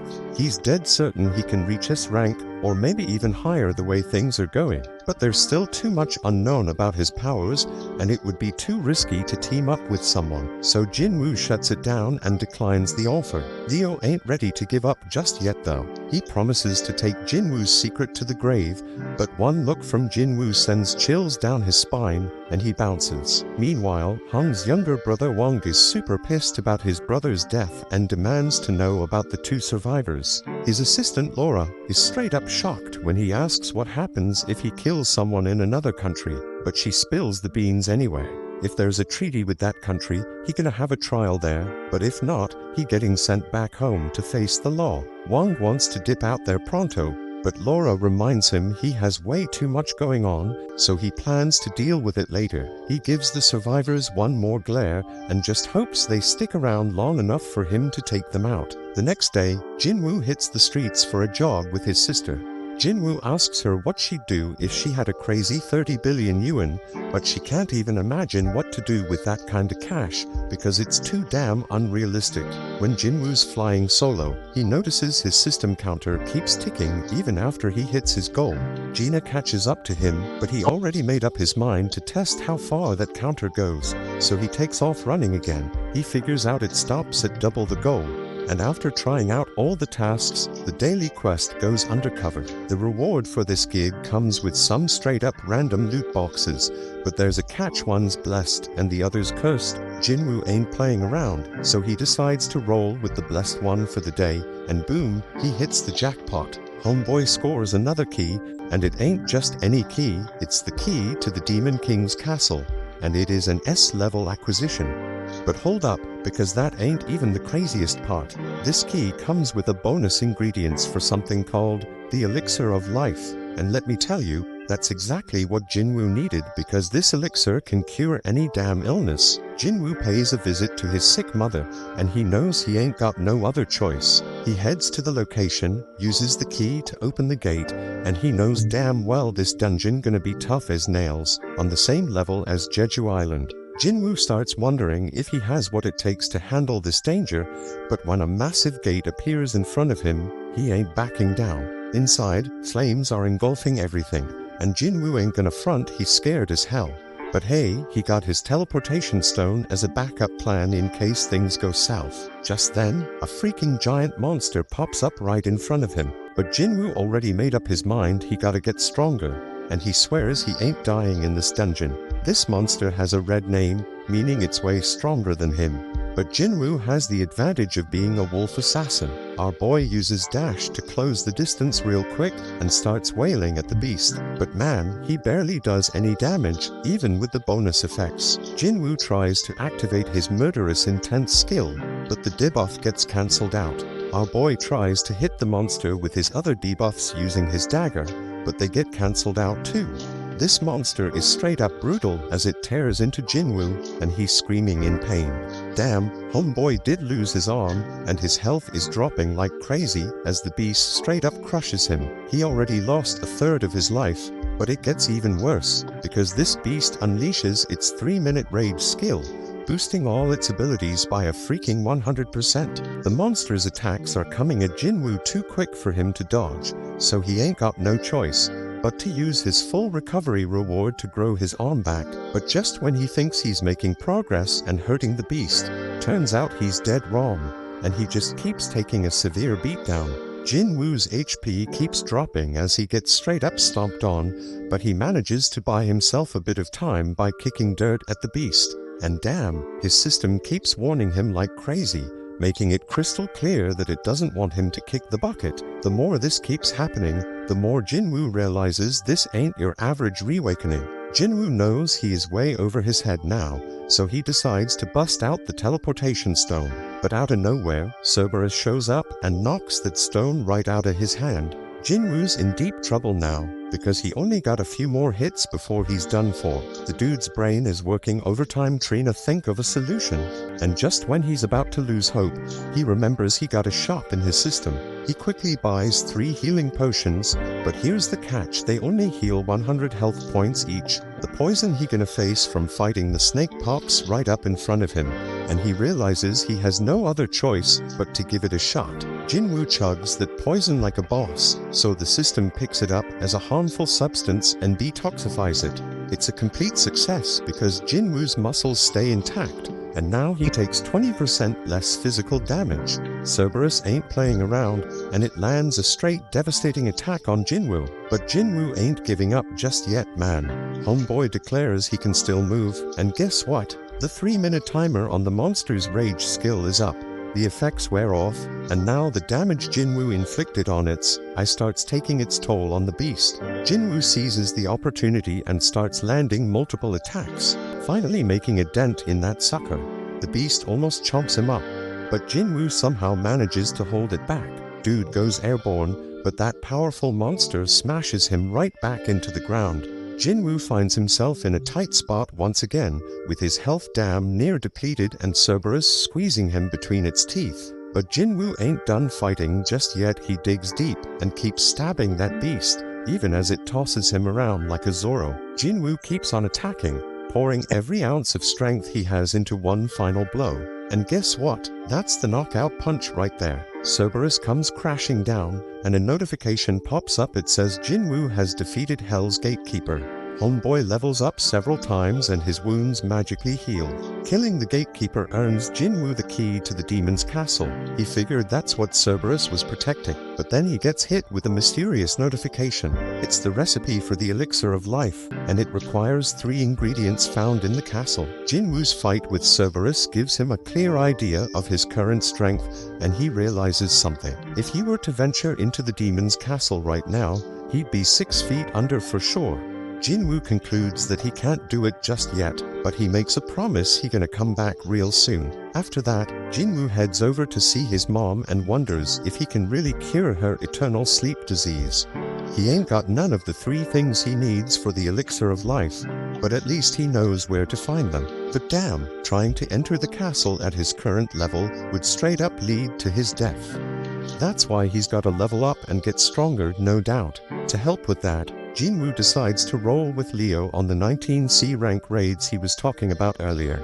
Jin-woo's got one condition though, and Leo's hella shocked when Jin-woo says they gotta do the raids just the 2 of them, no one else. But Leo says what the hell, because rank C gates require at least 8 team members to enter. But Jin-woo wants them to go with a hung strategy, so they gotta hire enough hunters to meet the quota. Leo's kinda hesitant because it could be risky as hell. But Jin-woo points out that if just the 2 of them can beat 19 raids, that's gonna be mad impressive, and it's all about impressing his old man. Leo agrees to go to hell and says he'll handle everything. In another spot, Chahi's getting her exercise on, running in circles, and taking a sec to gulp down some water and replenish her body's fluids. She ain't playing around because she knows someone's been creeping on her. So this dude named Yoon finally comes out of hiding and introduces himself.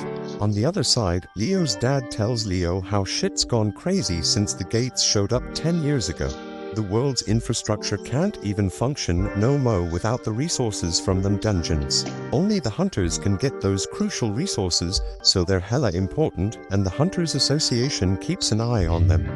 They oversee a lot of stuff, including managing the gates, but they are not the ones that benefit the most. The guilds are the ones raking in the dough from the dungeons, scooping up the vast majority of their vital resources.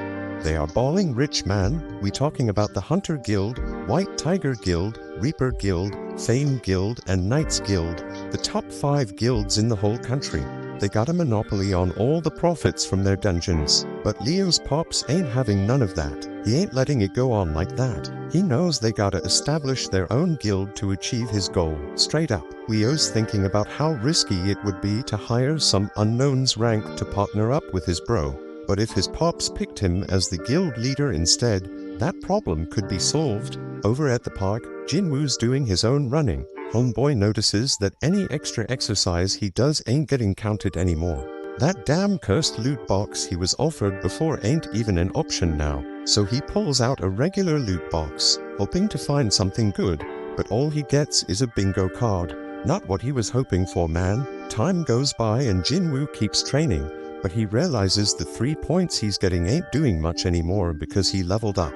Leo still gotta get his shit together before they can enter the C-rank dungeons, but Jin-woo has a realization. If he can get back into that penalty zone, he might be able to take on that centipede he faced before. But he knows the fight might be tougher than he thinks, and there ain't no guarantee he'll get any experience points from it. Just then, Jin-woo gets a notification to join a D-rank mission. But hold up, it's from the Hunters Association, so that means he won't be able to fight solo. Over at some dojo, Song finishes up schooling some kid, teaching him a lesson. The kid's like, "Damn, I wish I fought you when you were at your best." But Song's real with him, saying he can't change the fact that he only has one arm now. Then Song gets a notification to join a raid, and the kid's like, "Why you ain't retired yet?" Song has some messed up memories, and he's missing a major part of his body, so the kid apologizes for making him feel down. Song explains that his prime years are in the past, but he still wants to contribute to society in his remaining time. Over in another spot, we got this kid playing while her scaredy cat dad Kim watches. He gets the same notification and knows it's his next raid. His wife reminds him that he barely made it out alive from his last one, and she wants him to consider doing something else. But Kim tells her they need the money because their kid's starting school soon. He assures her that it's gonna be all good because the Hunters Association doesn't send low-ranked hunters on dangerous missions, except for that one time. So the whole fam starts professing their love for each other and shit. In another spot, Beak is straight up pissed about having to do some useless interview, and it only makes him angrier when Mr. Choi tries to butter him up. But he chills out when Choi points out that he's the most fit for the job. Turns out Choi called him to his office to let him know that Eugene Construction is starting its own guild. But Beak already knows all that, so he demands Choi tell him what he's really there for. In Juhi's room, her mom straight up tells her to give up on being a hunter. Juhi's a B-rank hunter, but her mom still thinks she'll just get in everyone's way. She wants Juhi to come home, but that just sets Juhi off. She declares that her mom needs to stop Trina control her life.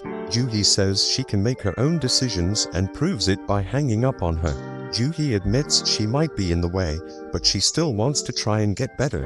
And right then, she also gets the notification about the D-rank raid. Back at the office, Chahi walks by Beak and tells Choi that some scout approached her. Turns out it was from Eugene Construction, and they wanted her to be their guild master. But she turned down the offer, though now she's curious about what they talked to Beak about. Beak's chilling at a bar, thinking about their convo. Jojo Island's been sealed off since that failed raid, and folks Trina forget about the terror it brought. Mr. Choi sees himself as the weapon of humanity, but he can never forget about Jojo Island and/or what happened there.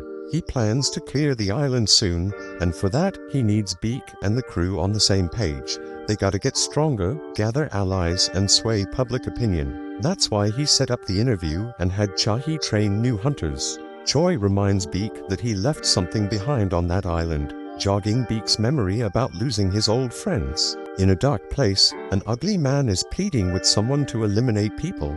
At Jin-woo's house, Jin is straight up shocked by how busy he's been. And there, he plans to clear the island soon, and for that, he needs Beak and the crew on the same page.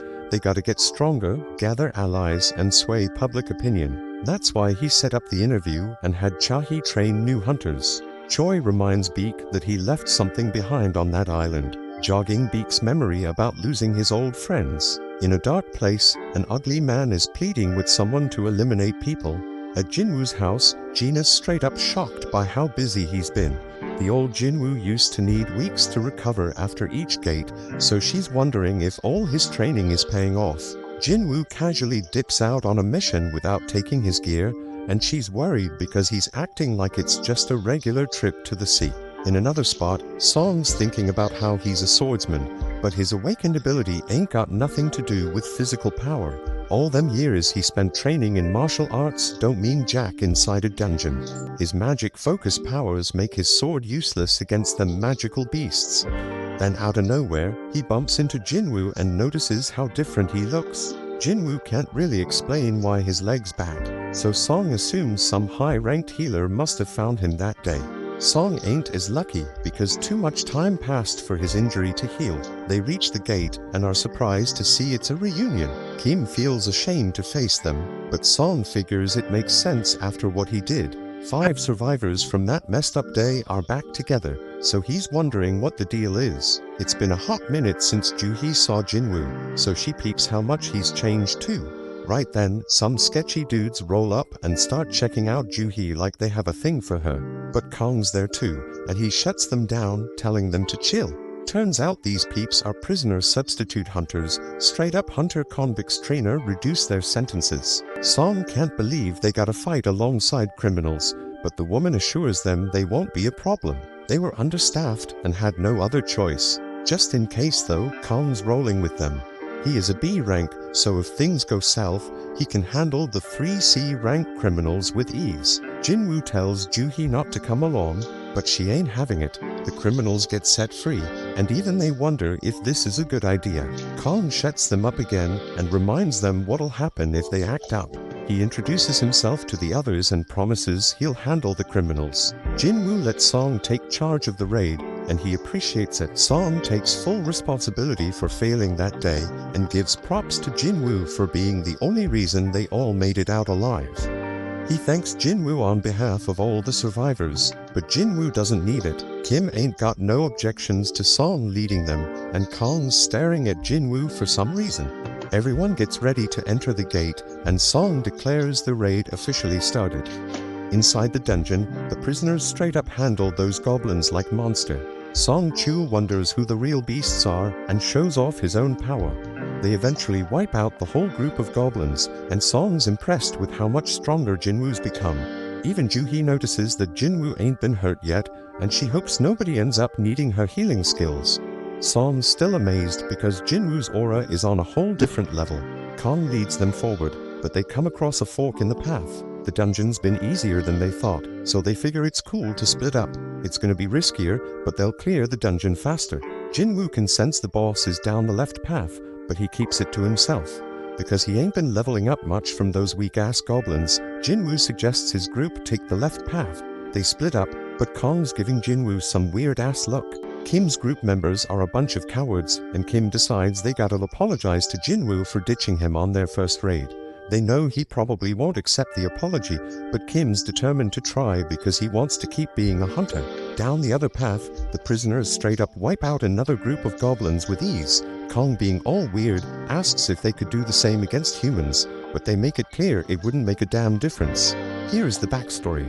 Kong found out some dude's daughter got assaulted by 3 dudes. The poor girl ended up taking her own life, and this guy's furious because those 3 scumbags will be free in just a few years. To make matters worse, those assholes are hunters, and they get to join raids to reduce their sentences. That shit's unfair as hell because his daughter ain't never coming home.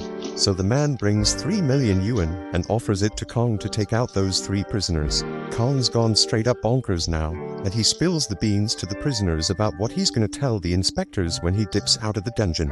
He's gonna say the prisoners got wiped out by a gang of 100 goblins.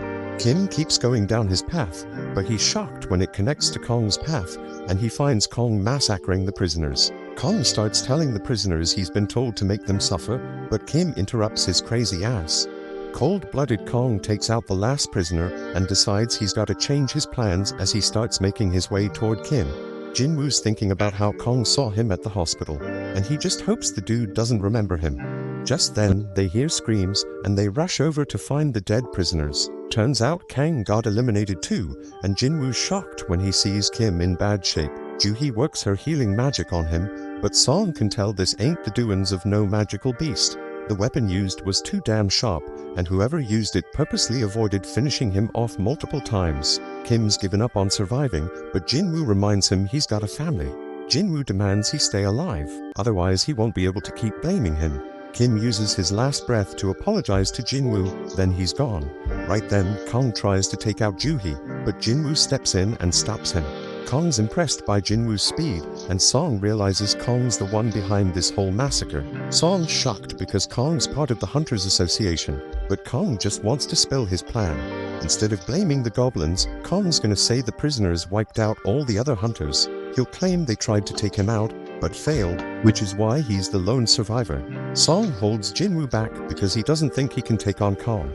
Instead, Song Cheol steps up to fight him, even though he knows Kong's a B rank, a whole level above him.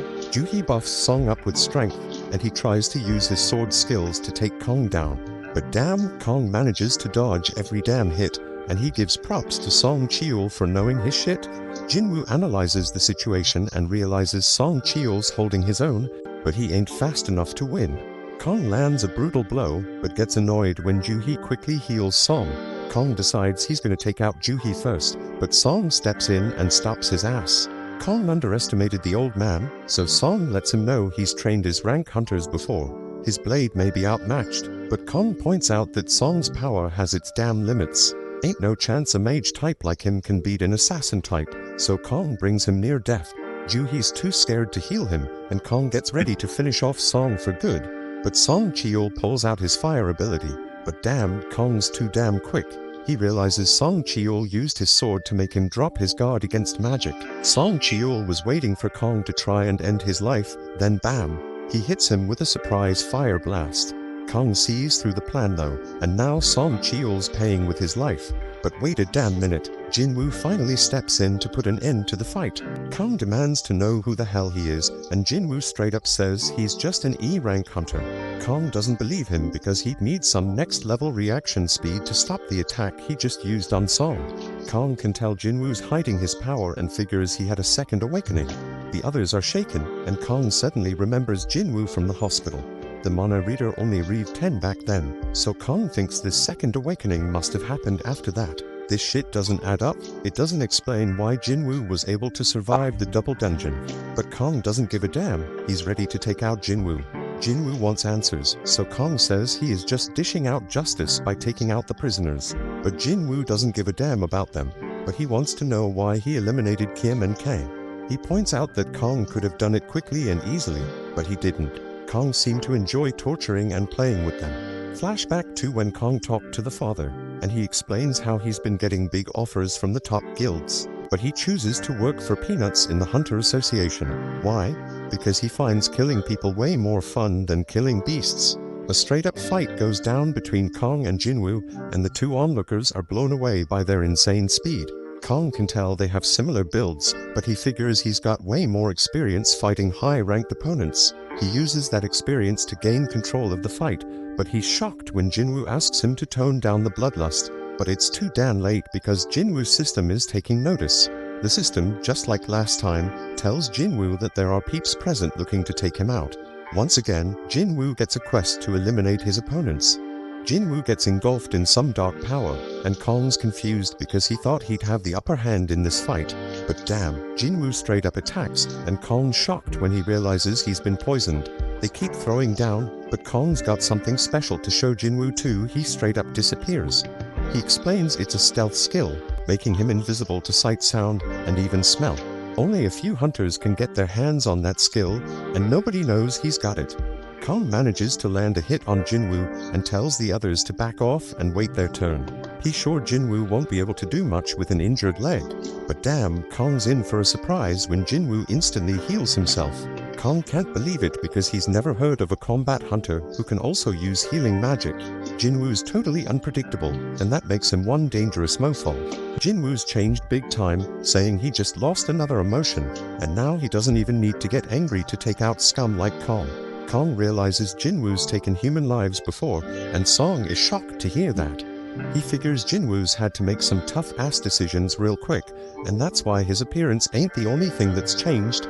Kong tries to attack again, but he's in for a shock when Jin-woo tracks him by sensing his bloodlust. Kong still has a trick up his sleeve, but everything stops when Jin-woo activates his murderous intense skill.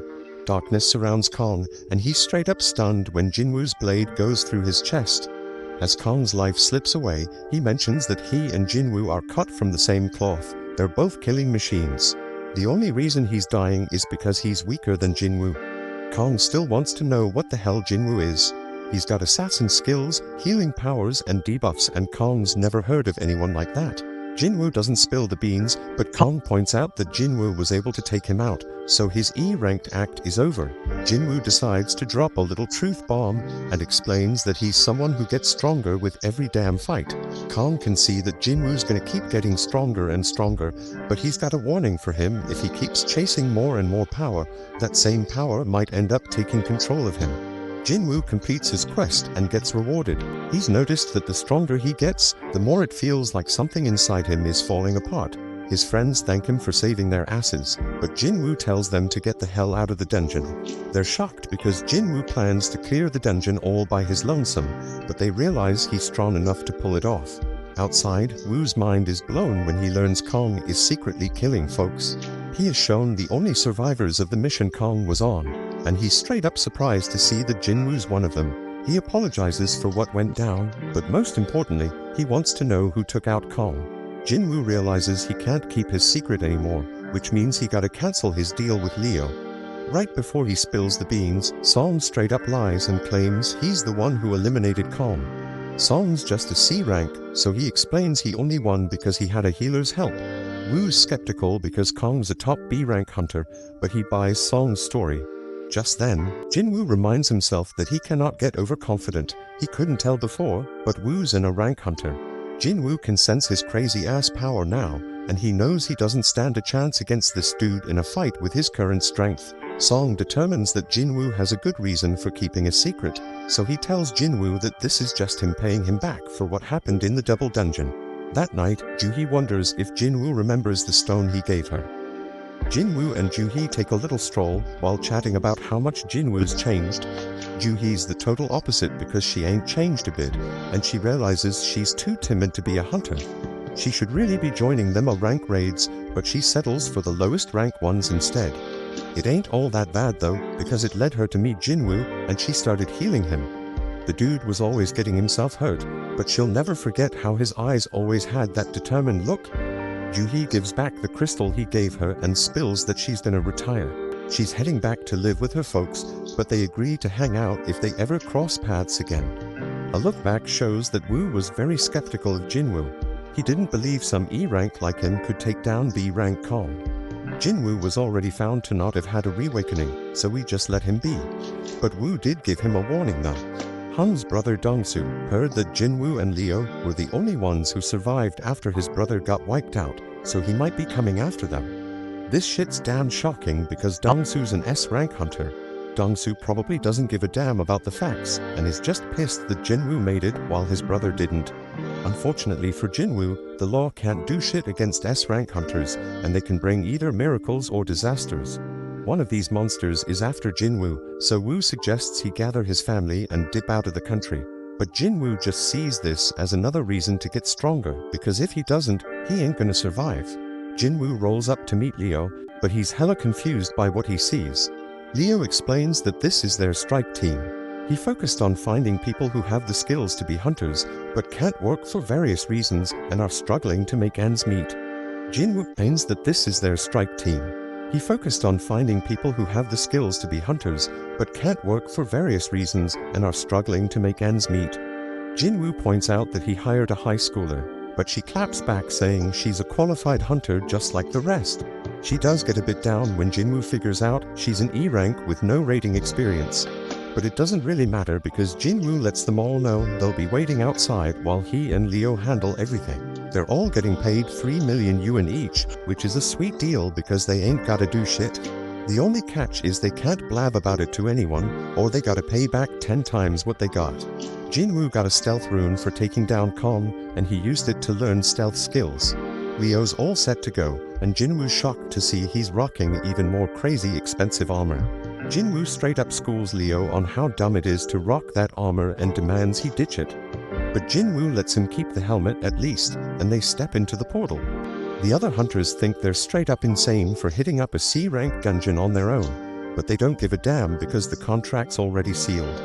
Jin-woo's sis wonders where her friend Song-gi is, and turns out she's the high schooler on Jin-woo's strike team. The hunters chat about how a full strike team would take a solid 2 hours to finish this raid, so when they see Leo pop out of the portal, they assume they just bailed.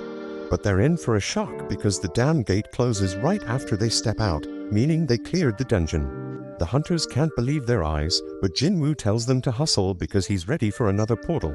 Their goal is to hit up 3 raids in a single day, but the hunters are still dumbfounded they even finished one. In another raid, Jin-woo straight up wrecks a bunch of goblins while Leo wraps up the mining. Jin-woo mops up the goblins and levels up. The next raid's a success too, and Jin-woo levels up even more. Days go by, and the two keep clearing dungeons on their own. They start facing tougher and tougher monsters, but Leo can see Jin-woo's getting hella stronger too. Jin-woo's stealth skill is hella handy, and his dash skill levels up. He gains a couple more skills and finds out they're straight up powerful when he uses them on a wolf. Jin-woo's got a bunch of new skills now, but his mana ain't enough to use them for long. He chugs a potion for that and decides he's gonna focus on boosting his intellectual abilities moving forward. He also decides against heading back to the Demon Castle right now, because he considers himself somewhere between a B rank and a rank hunter. Just then, the system reveals that he has reached the required level for a job change quest. Somewhere else, the boss of another guild named On gets word that there's a strike team splurging double the market rate to snag some C-rank gates. Their leader's this rich kid Leo, but their team seems like a random mix. On recognizes the name Jin-woo from the double dungeon incident, and he gets this feeling that something interesting is going down. Meanwhile, Jin-woo and Leo come out at another portal victorious. Jin-woo wonders if Song-yi has some eye problem, but she says it's nothing. Back with On, his assistant is straight up shocked when he hears On thinking that Jin-woo's had a reawakening. Jin-woo managed to survive 3 major disasters, and every time there was a damn high body count, but he always made it out alive. Reawakening's the only explanation, so On heads out to scout this promising rookie. On rolls up at Jin-woo's portal, but he's hella shocked because it looks like they're having some sort of picnic. Song-yi explains the area's off limits and makes it clear she's a hunter. She admits she's part of the strike team, and On's mind is blown when he realizes Jin-woo straight up left the whole crew behind to enter the dungeon solo. On thinks Jin-woo could be his biggest discovery yet, but he surprisingly just leaves. The dudes step out the gate, and Jin-woo spills to Leo that he's swabbed tomorrow and can't make it for any raids, so they hold off on a few. Then we get a glimpse of this super weird scene, and Mr. Choi wakes up from that nightmare. He peeps at some paperwork and figures out it's almost time for the recon mission on Jojo Island. Jin-woo wraps up his day of raiding, and On introduces himself as the manager of the White Tigers Guild. The White Tigers Guild is one of the tough guilds in the country, always hunting for new talent. On thankfully gets right to the point and offers to pay Jin-woo double what Eugene Construction is paying him if he joins his guild. On's hella confident Jin-woo's an E rank and can't turn down that offer. But he's in for a surprise when Jin-woo wants to know the worth of the White Tigers Guild headquarters. It's worth a cool 50 billion, so the dude's mind is blown when Jin-woo reveals that a construction company's hooking him up with a building worth 30 billion. Jin-woo backs up his claim with evidence, but On reveals that he isn't qualified to offer them their 50 billion building. Jin-woo loses interest and bounces, but he's curious how On got wind of him. Jin-woo puts fear in this dude, making sure he ain't snooping around, and then vanishes. On realizes that Jin-woo used stealth to cut him, and he's hella shocked when he considers Jin-woo's reawakening with that stealth ability. Jin-woo tells him not to turn around, so On explains he's just digging into who's buying up all the gates. Jin-woo demands to know who else knows about him, and On spills it's just him and one of his peeps. Jin-woo warns that if word starts spreading about him, they'll be the first suspects on his list. On agrees to keep everything on the down low, so Jin-woo reveals himself again. Jin-woo gotta keep snatching the gates for a while, but that's causing problems for the guild because they need to train new recruits. Jin-woo agrees to let them cop 3 gates from him, but On's straight up shocked when Jin-woo tells him they gotta cough up 300 million yuan for each. The dude begs Jin-woo to drop it to 200 million, and Jin-woo surprisingly agrees. They seal the deal for 3 gates, but their interaction ain't over because Jin-woo wants to hook On up with something. He tells On to close his eyes and open his mouth, and then Jin-woo hands him a healing potion for that cut on his face. Jin-woo reveals he trusts On, but he reminds him to keep his trap shut. On's assistant wonders how it went down, and On tells him he thinks Jin-woo might be an even bigger deal than he originally thought. The next day, Leo confirms they got the 600 million yuan. Leo points out they were gonna ditch the gates anyway, so he can't believe Jin-woo managed to score so much cash for them. Leo wants to know more, but Jin-woo says it's a trade secret. Back with the White Tiger Guild, On realizes Jin-woo played him, because now there's a bunch of C-rank gates that have appeared selling for less than 70 million yuan. Jin-woo sends him a message informing him that they are now on an equal footing after spying on him. On realizes Jin-woo ain't someone to mess with, but he's glad he got his contact info. Elsewhere, we see Jin-woo heading out on a road trip to find out what this job change quest is all about. Jin-woo arrives in some forest far away from civilization because he has no clue what to expect from the job change quest.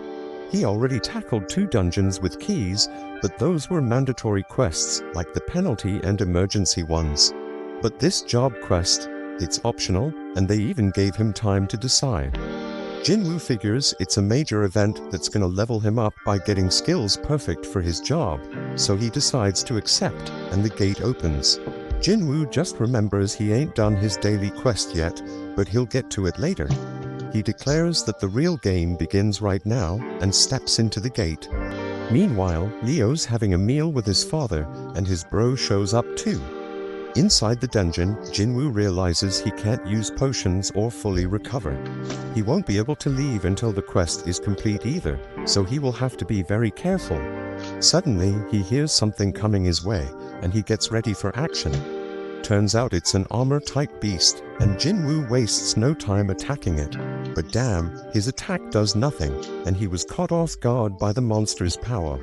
Jin-woo tries another hit, but it's still useless. He dodges a bunch of attacks and declares that he's faced stronger creatures with even tougher defenses. Jin-woo then uses his bare hands and tears the monster apart.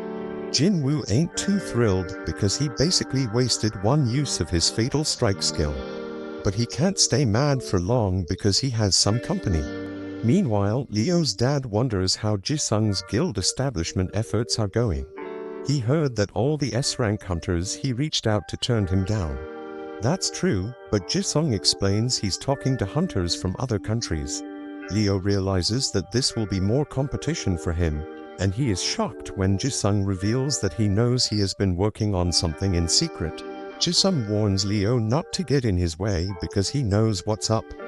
Leo stays quiet, but he's certain Ji-sung wouldn't be talking like that if he knew how powerful his partner is.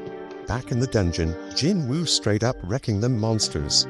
He knows he's gonna need a rest soon, but he senses something and takes out another monster. He can't believe it was using stealth, and to top it off, a mage with light magic shows up. It's all kinda strange because Jin-woo feels like he's reliving his old battles with the first monster's armor and these monsters' skills. The quest turned out way tougher than he expected, but he ain't one to back down. He analyzes the situation on the go, and figures out what it takes to beat each enemy. The armored one needs serious strength to take damage, the stealthy one needs mad perception to be detected, and the mage gotta be countered with intellect. But Jin-woo ain't boosted that stat much. His fatigue's building up fast, so he knows he gotta end this fight soon. Elsewhere, Mr. Choi meets up with the other hunters because they are ready to head to Jojo Island. Back in the dungeon, Jin-woo manages to take down the monsters. He finds a chest plate as his reward and realizes he ain't done much with gear yet. He puts it on and's glad to see it can go invisible, and don't mess with his movement. Jin-woo's level has gone up, and he also has plenty of golden items. His fatigue has recovered as well, so he continues through the dungeon. Jin-woo opens the giant door, and the gust of wind that comes out of it gives him the chills. Inside is some kind of throne room, and he is shocked by what awaits him. The sound he hears and the presence he feels make his whole body remember something. The pressure he's feeling is on the same level as that double dungeon craziness. Jin-woo can't believe it because all that intensity coming from just one opponent. This enemy, a knight commander called Igris, got his name in red, and Jin-woo knows this dude ain't like any enemy he ever faced. Igris instantly attacks with intense speed, and Jin-woo is shocked to see that this guy chops through pillars like they are tiny tree branches. This monster overpowered Jin-woo quickly with his next hit, and Jin-woo had no chance of keeping up. He getting tossed around like a rag doll, and Jin-woo can't believe what a freaking monster this guy is. Jin-woo shows his insane speed as he throws a barrage of attacks, but his blade does nothing against the knight's armor. Jin-woo is barely able to block one attack, but he gets thrown back. He realizes they matched in speed, but Igris way more powerful than him. This dude was hella dangerous, and Jin-woo wondered if he got any shot at beating him. Jin-woo ain't too sure he can win without a weapon, but he only has one idea to deal some damage through Iggy's armor. He puts away his dagger, and to his surprise, the knight tosses his weapons aside too.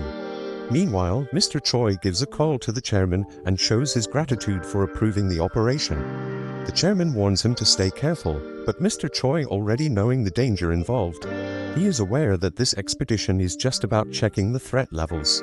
They're gonna poke at the enemy and see how they react. Mr. Choi staying diligent as always, and he explains that it's because the last raid on Jojo Island ain't really ended for him. Back in the dungeon, Igris wastes zero time crushing Jin-woo. He tosses Jin-woo around like he's some kind of toy, landing a barrage of punches on him. Jin-woo gets sent flying through a wall, and he is straight up shocked by his opponent. He blocked all them punches, but still feels like he lost 500 HP. Jin-woo is glad he rocked that armor because he'd be 6 feet under if he hadn't. He gotta admit he can't overpower this dude, so he decides to amp up his speed instead. Jin-woo flies around him and manages to finally push him back. He throws out a bunch more attacks, but it becomes crystal clear he ain't catching this guy again. The dude keeps tossing him around, and Jin-woo notices his skill also boosting his defense. He's still getting wrecked by this dude, getting dragged back into the room, but Jin-woo keeps fighting back. His efforts start paying off when Jin-woo pulls off a sick move, landing a kick straight to Iggis's head. Jin-woo realizes this might actually backfire on him, and the knight comes at him even harder. Jin-woo just keeps taking a straight-up beatdown, getting tossed onto the throne while Iggis looms over him. Back home, Gina leaves some dinner for Jin-woo and goes to study. We also catch a glimpse of Jin-woo's mom at the hospital. But back with Jin-woo, he is in really bad shape as the knight grabs his sword, ready to end Jin-woo's life. He went in for the kill, but Jin-woo was swift as hell, stopping him with just one hand. Jin-woo declares that he hasn't lost yet and pushes Igris back. He summons his blade and manages to stab the knight through the gap in his helmet. Jin-woo puts all his power into pushing Igris back and slamming him against the wall. The knight tries to use Jin-woo's blade, but Jin-woo stops him, saying his dagger doesn't switch owners. It just goes back to his inventory, where he can summon it again. Jin-woo drives his blade through the knight's skull, but the hit ain't deep enough. He knows he gotta go deeper, so he uses every last ounce of power to drive the blade further into the knight. Jin-woo pulls out all his fatal strikes and lands the most powerful blow he ever dealt. The knight has gone completely limp. Jin-woo takes out his blade, and a notification pops up saying he won the fight. Jin-woo realizes there's a huge gap between them in every category, and he knows his win was a straight-up fluke. If he made just one mistake, he'd be 6 feet under. Jin-woo then gets 4 rewards. One of them is 15 million gold, and another is the S-rank helmet Igris wore.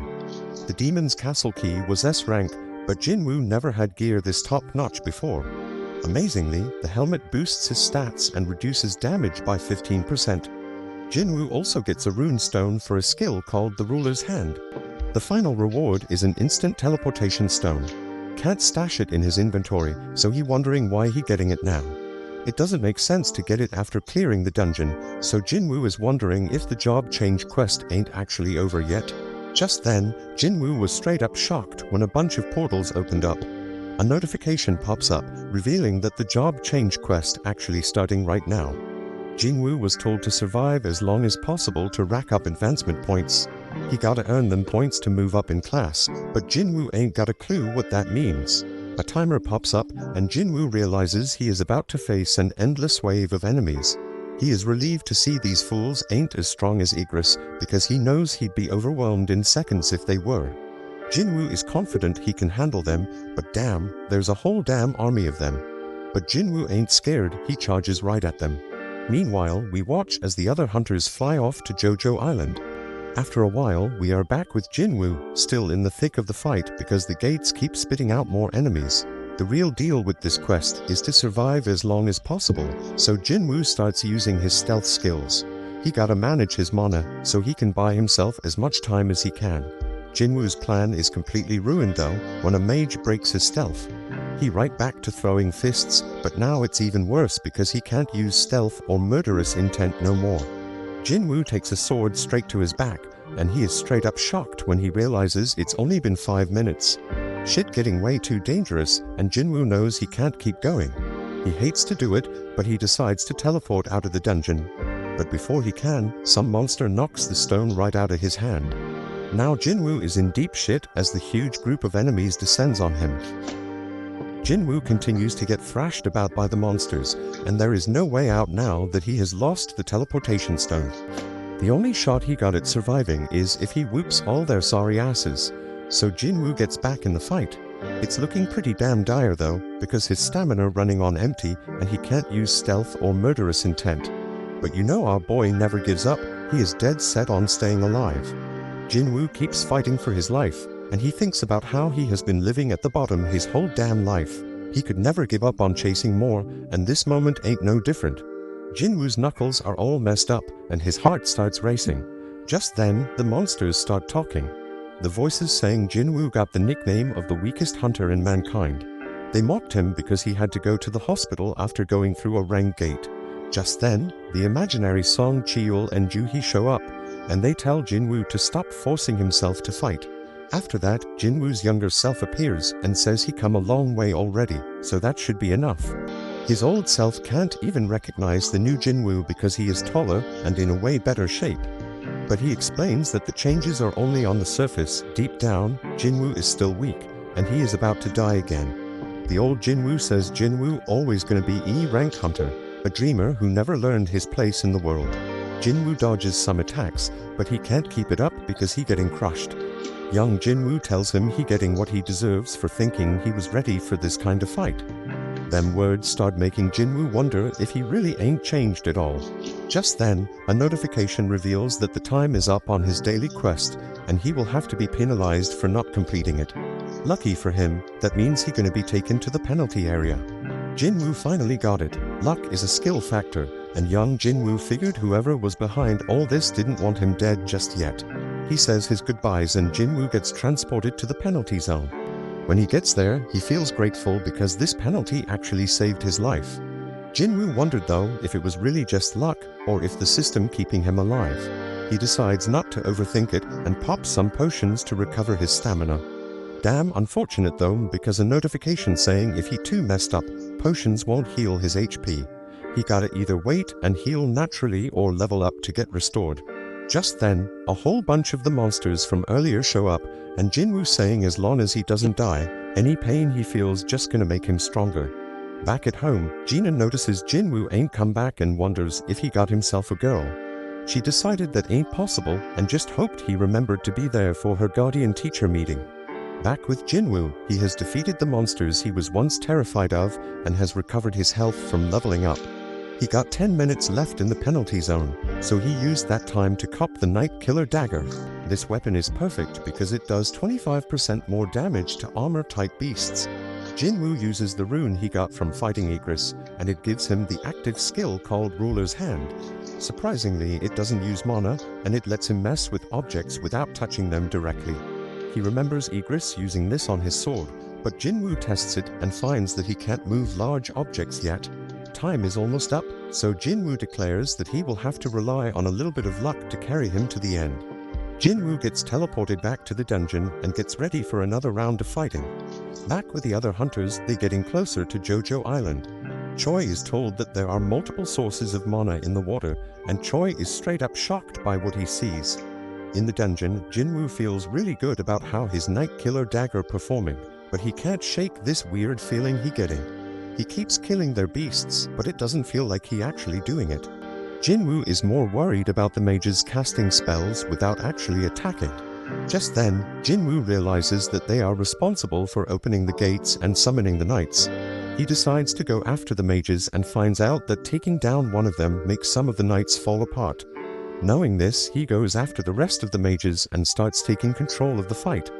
The mages try to hide behind the knights, but Jin-woo manages to take out another one, leaving 3 mages still standing. These sneaky last 3 combine their power and summon a golem, so Jin-woo makes his way to higher ground.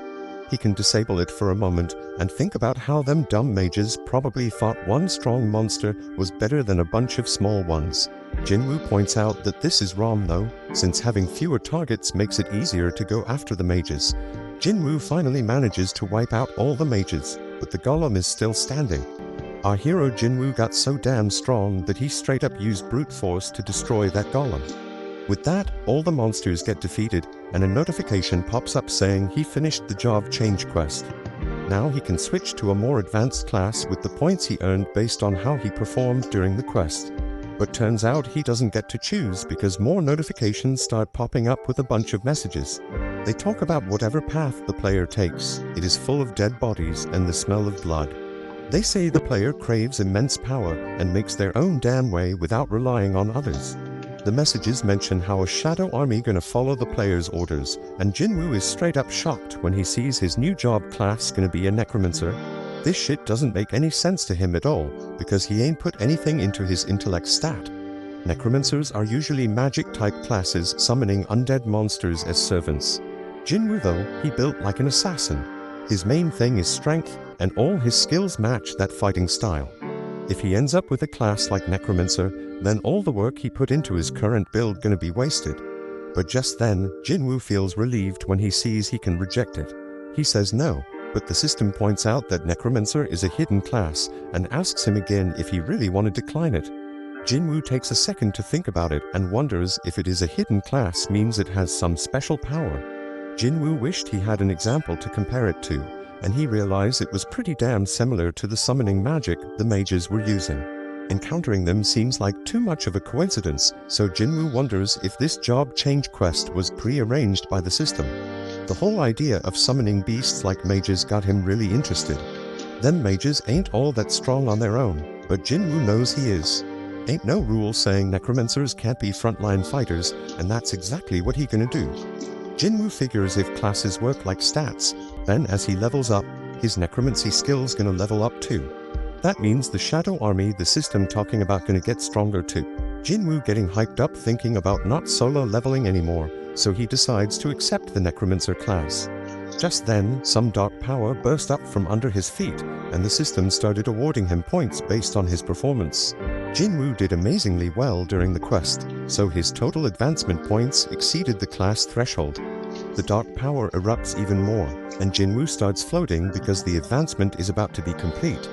Jin-woo is then shocked when he sees that he already moved on from the Necromancer class, all the way to the Shadow Monarch class. He also got unique class skills and 10 ability points. Jin-woo wonders if the quest is finally over, but he begins to hear sounds that seem to be coming from people in pain.